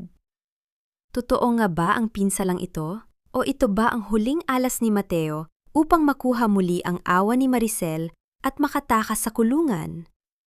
Paano kung ang aksidenteng ito ay isa na namang mahusay na pagtatanghal sa ilalim ng ulan? Maricel, hindi ko na maramdaman ang mga binti ko. Ito na ba ang katapusan ko? Ito na ba ang parusa sa akin dahil sa pananakit sa iyo? Ang tinig ni Mateo ay mahina, gumaralgal, at puno ng takot, habang nakahiga siya sa puting kama ng intensive care unit. Ang kanyang buong ulo ay nababalot ng benda, at ang kanyang muka, na dati ay ipinagmamalaki niya dahil sa kagwapuhan, ay puno na ngayon ng mga tahi at pasa. Ang bawat tunog ng makina sa kanyang tabi ay tila isang mabigat na yabag ng oras na dahan-dahang nauubos. Nagpapaalala sa bawat hiningang pilit niyang hinahabol. Nakatayo si Maricel sa gilid ng kama, malayo sa abot ng mga kamay ni Mateo. Hawak niya ang locket ng kanyang ama na nakuha ng mga pulis mula sa sasakyan. Tinitigan niya ang lalaking naging sentro ng kanyang mundo sa loob ng 5 taon. Sa mga sandaling yon, ang ironya ay hindi nakaligtas sa kanya. Ang lalaking gustong kumuha ng kanyang kumpanya at buhay ay hindi na ngayon maigalaw ang sarili niyang katawan. Ang sabi ng Dr. Mateo, milagro na nabuhay ka pa sa aksidenteng yon, panimula ni Maricel. Ang kanyang boses ay patag, walang galit, ngunit wala ring lambing. Ngunit ang pinsala sa iyong spine ay permanente na. Hindi ka na makakalakad muli. Isang gurgel ng iyak ang kumawala sa lalamunan ni Mateo. Ang mga luhang humahalo sa mga benda ay dahan-dahang pumatak sa kanyang pisingi. Mahal, huwag mo akong iwan sa ganitong kalagayan. Nagmamakaawa ako. Alam kong nagkasala ako, pero biktima lang din ako ni Mama.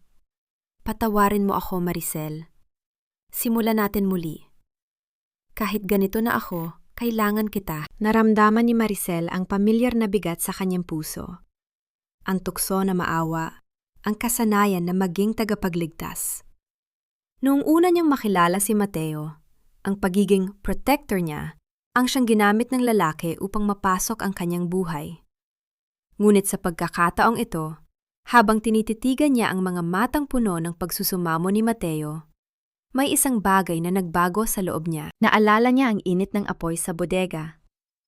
Naalala niya ang mukha ni Mateo sa CCTV habang pinapanood siyang mamatay.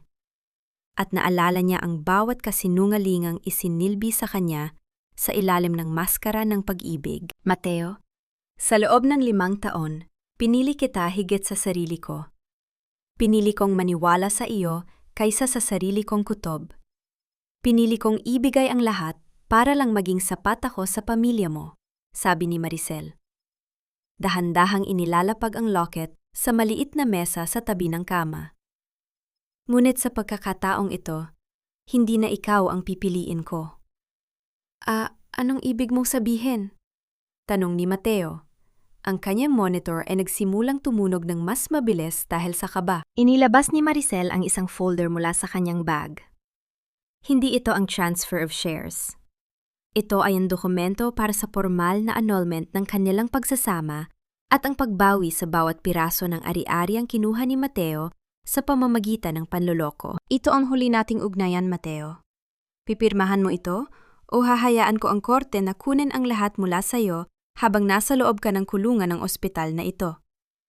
Hindi na ako ang babaeng maaawa sa iyong mga luha. Ang huling luhang inubos ko para sa iyo ay naging abo na sa bodega.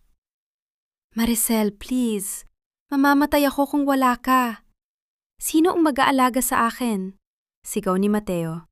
Ang kanyang boses ay puno ng desperation na masakit pakinggan. Hayaan mong alagaan ka ng katotohanan ng iyong mga ginawa, tugon ni Maricel. Tinalikuran niya ang kama at naglakad patungo sa pinto. Pinapatawad kita, Mateo. Hindi dahil karapat-dapat ka, kundi dahil ayaw ko nang bitbitin ang galit na ito sa aking bagong simula. Pero ang pagpapatawad ay hindi nangangahulugang mananatili ako. Paglabas ni Maricel ng kwarto, ang hangin sa pasilyo ng ospital ay tila masariwa. Ngunit bago pa man siya makarating sa elevator, hinarang siya ng isang matandang lalaki. Ang sekretarya ng kanyang yumaong ama na matagal na ring nawala sa kumpanya. Ma'am Maricel, pasensya na po sa istorbo, sabi ng matanda habang inyabot ang isang luma at kupas na sobre. Inutusan ako ng inyong ama na ibigay ito sa inyo sa araw na mapagtanto ninyo na sapat na ang inyong pagtitiis. Sabi niya, malalaman ko raw kung kailan ang tamang oras. Nanginginig ang mga kamay ni Maricel habang binubuksan ang sobre. Sa loob ay may isang sulat na sulat kamay ng kanyang ama at isang maliit na susi sa isang safety deposit box na hindi niya alam na umiiral. Anak, kung binabasa mo ito, ibig sabihin ay nahanap mo na ang iyong tunay na lakas. Huwag kang matakot na bumalik sa simula dahil doon mo matatagpuan ang yaman na hindi kailanman mananahaw ng sinuman. Ang tunay na manako sa iyo ay hindi ang kumpanya, kundi ang katapangan mong talikuran ang maling pag-ibig. Napaupo si Maricel sa isa sa mga silya sa lobby. Ang mga luha ay muling pumatak. Ngunit sa pagkakataong ito ay mga luha ng kalayaan. Ang kanyang ama ay matagal na palang handang protektahan siya. Naghihintay lamang na siya mismo ang magpasyang iligtas ang sarili. Ngunit habang tinititigan niya ang susi, napansin niya ang isang maliit na marka sa gilid nito. Isang simbolo na pamilyar sa kanya. Isang simbolo na may kaugnayan sa tunay na pamilya ni Mateo. Anong lihim ang itinatago ng kanyang ama tungkol sa nakaraan ni Mateo? At handa ba si Maricel na buksan ang huling pinto na maaring magpabago muli sa lahat ng alam niya tungkol sa kanyang sariling buhay? Wala na ang pangalang nagpaalipin sa akin sa loob ng 5 taon. Sa araw na ito, binabawi ko ang lahat ng sa akin. Ang tinig ni Maricel ay malinaw na umalingaw-ngaw sa lobby ng kanyang kumpanya. Nakatayo siya sa harap ng malawak na pader kung saan tinatanggal ng mga manggagawa ang malalaking letra ng De Castro Santiago Textiles. Sa bawat pagtanggal ng tornilyo, sa bawat pagbaba ng mga letrang tanso, nararamdaman ni Maricel ang paggaan ng kanyang dibdib. Tila ba mga tinik na isa-isang binubunot mula sa kanyang puso. Pinalitan ito ng isang simple, ngunit eleganteng disenyo. Maricel Santiago Heritage. Hindi na ito tungkol sa pagsasama ng dalawang pamilya.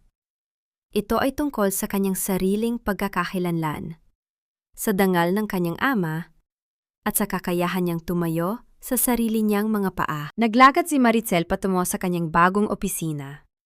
Ang bawat empleyadong nadadaanan niya ay bumabati ng may tunay na ngiti.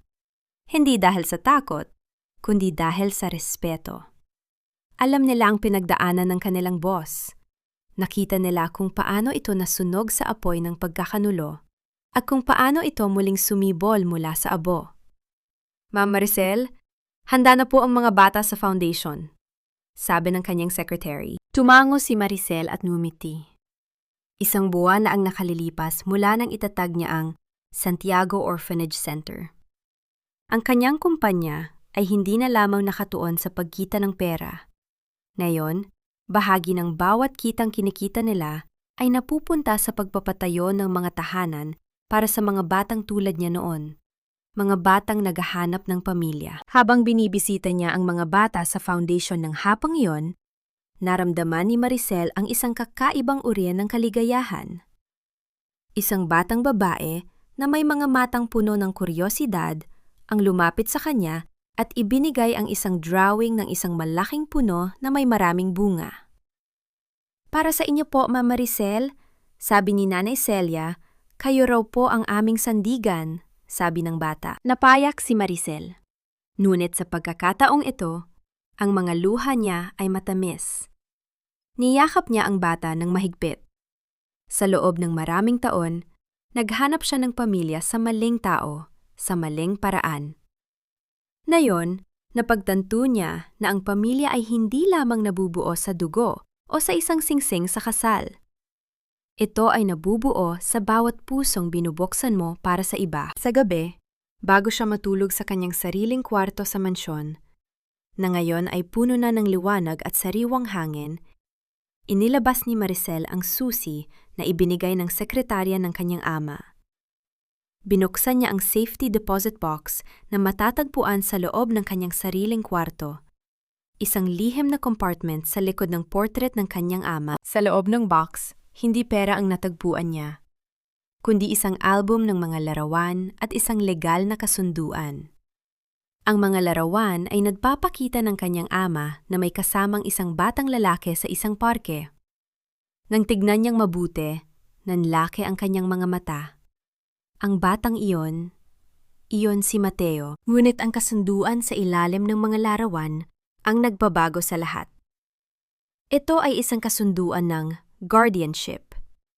Ang ama ni Maricel ang siyang nagpundo sa pag-aaral ni Mateo simula pagkabata, dahil si Mateo ay anak ng isa sa mga pinakamatapat na manggagawa ng kanyang ama na namatay sa isang aksidente sa trabaho. Hindi ito alam ni Mateo.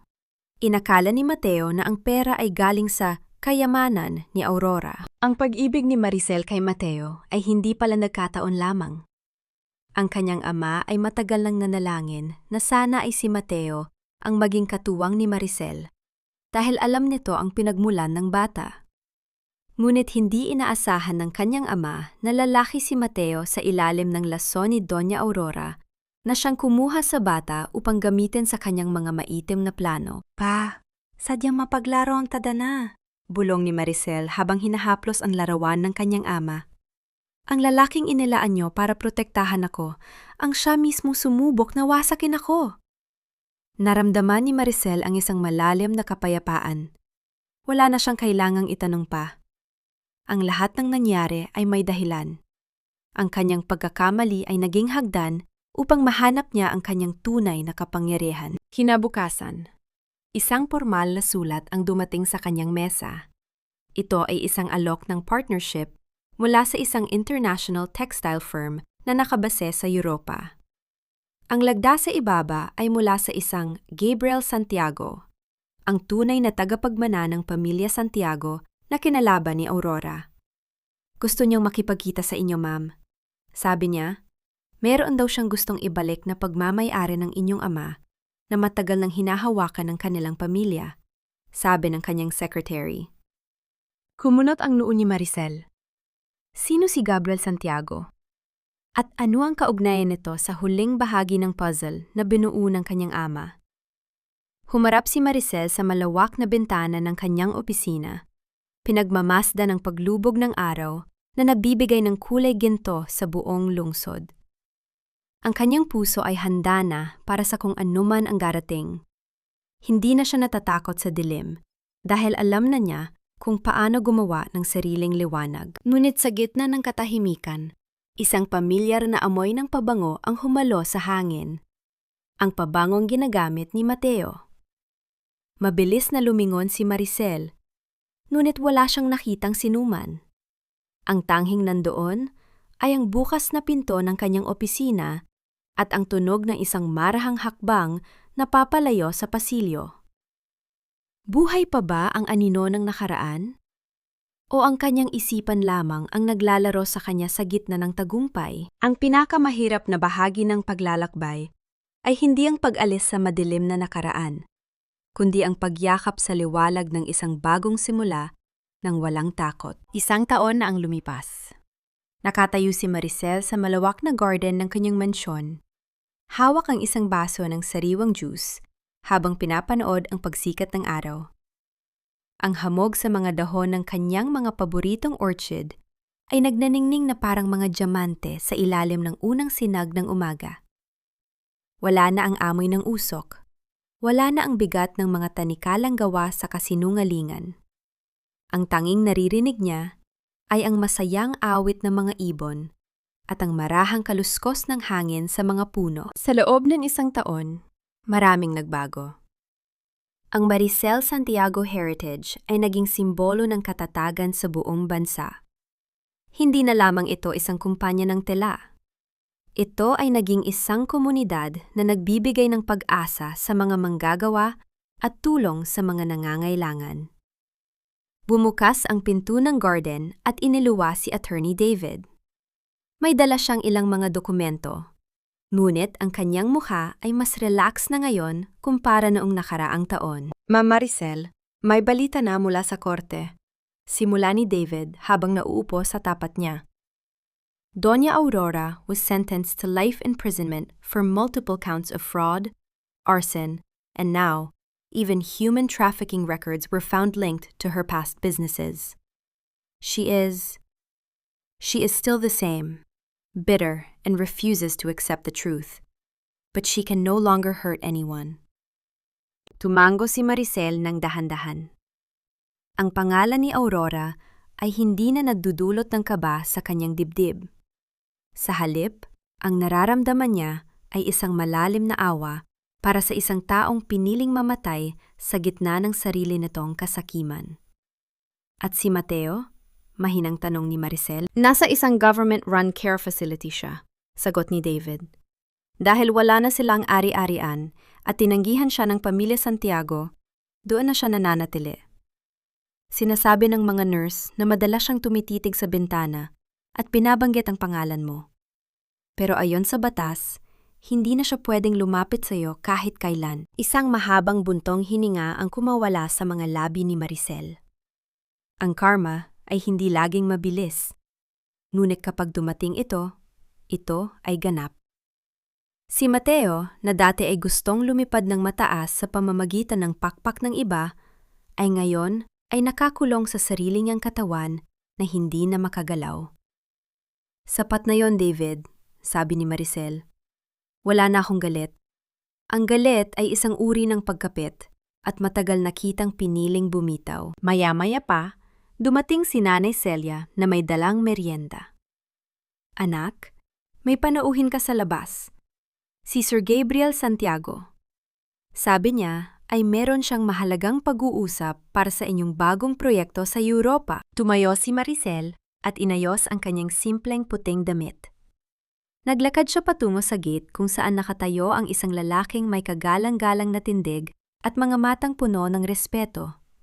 Si Gabriel Santiago, ang tunay na tagapagmana na tumulong sa kanya upang makuha ang hustisya.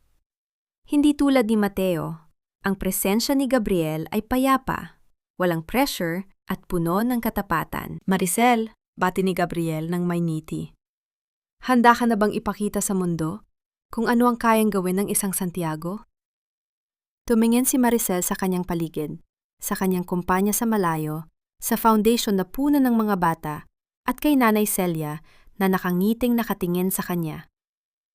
Naramdaman niya ang init ng sikat ng araw sa kanyang balat. Isang init na nagpapahiwatig na siya ay buhay. Siya ay malaya.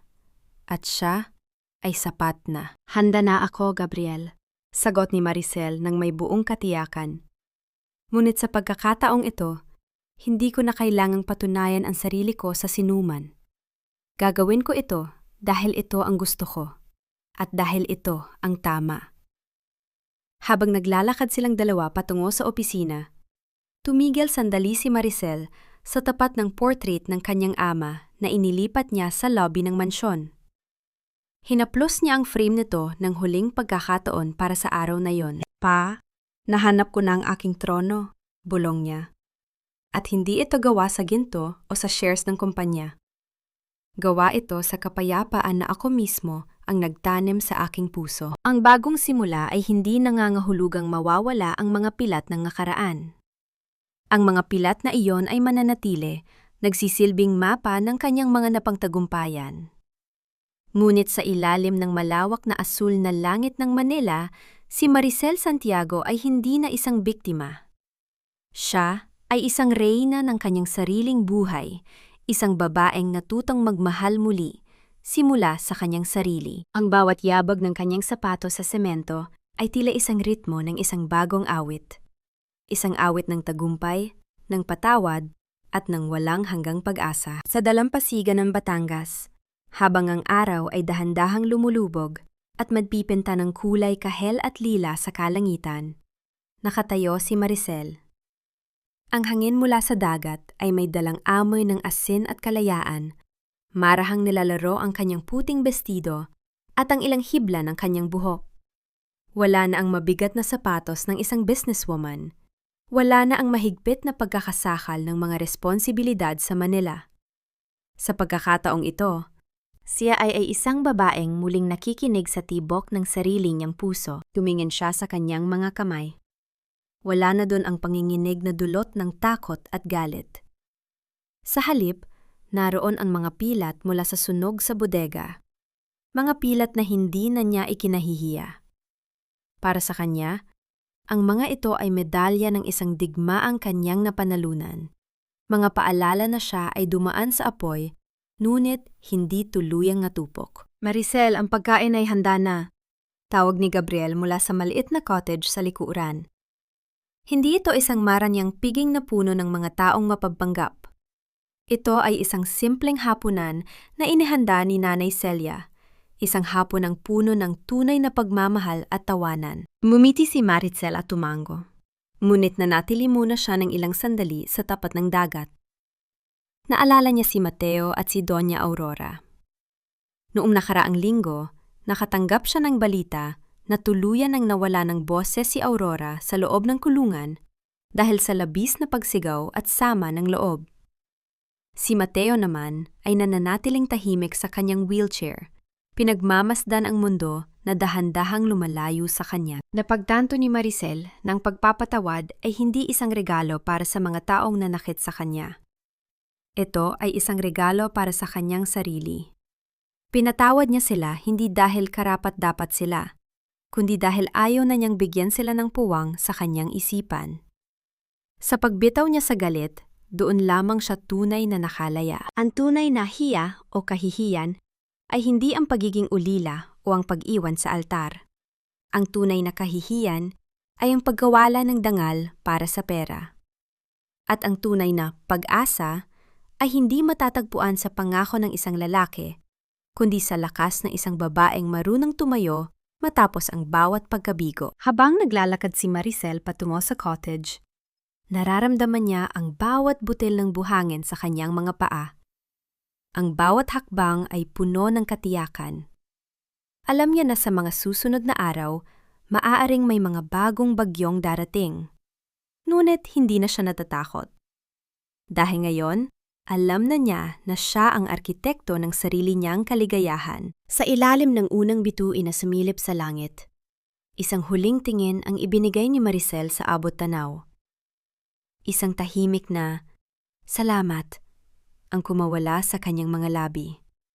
Salamat sa sakit, salamat sa apoy, at salamat sa pagkakataong mahanap ang kanyang tunay na trono sa gitna ng sarili niyang katahimikan.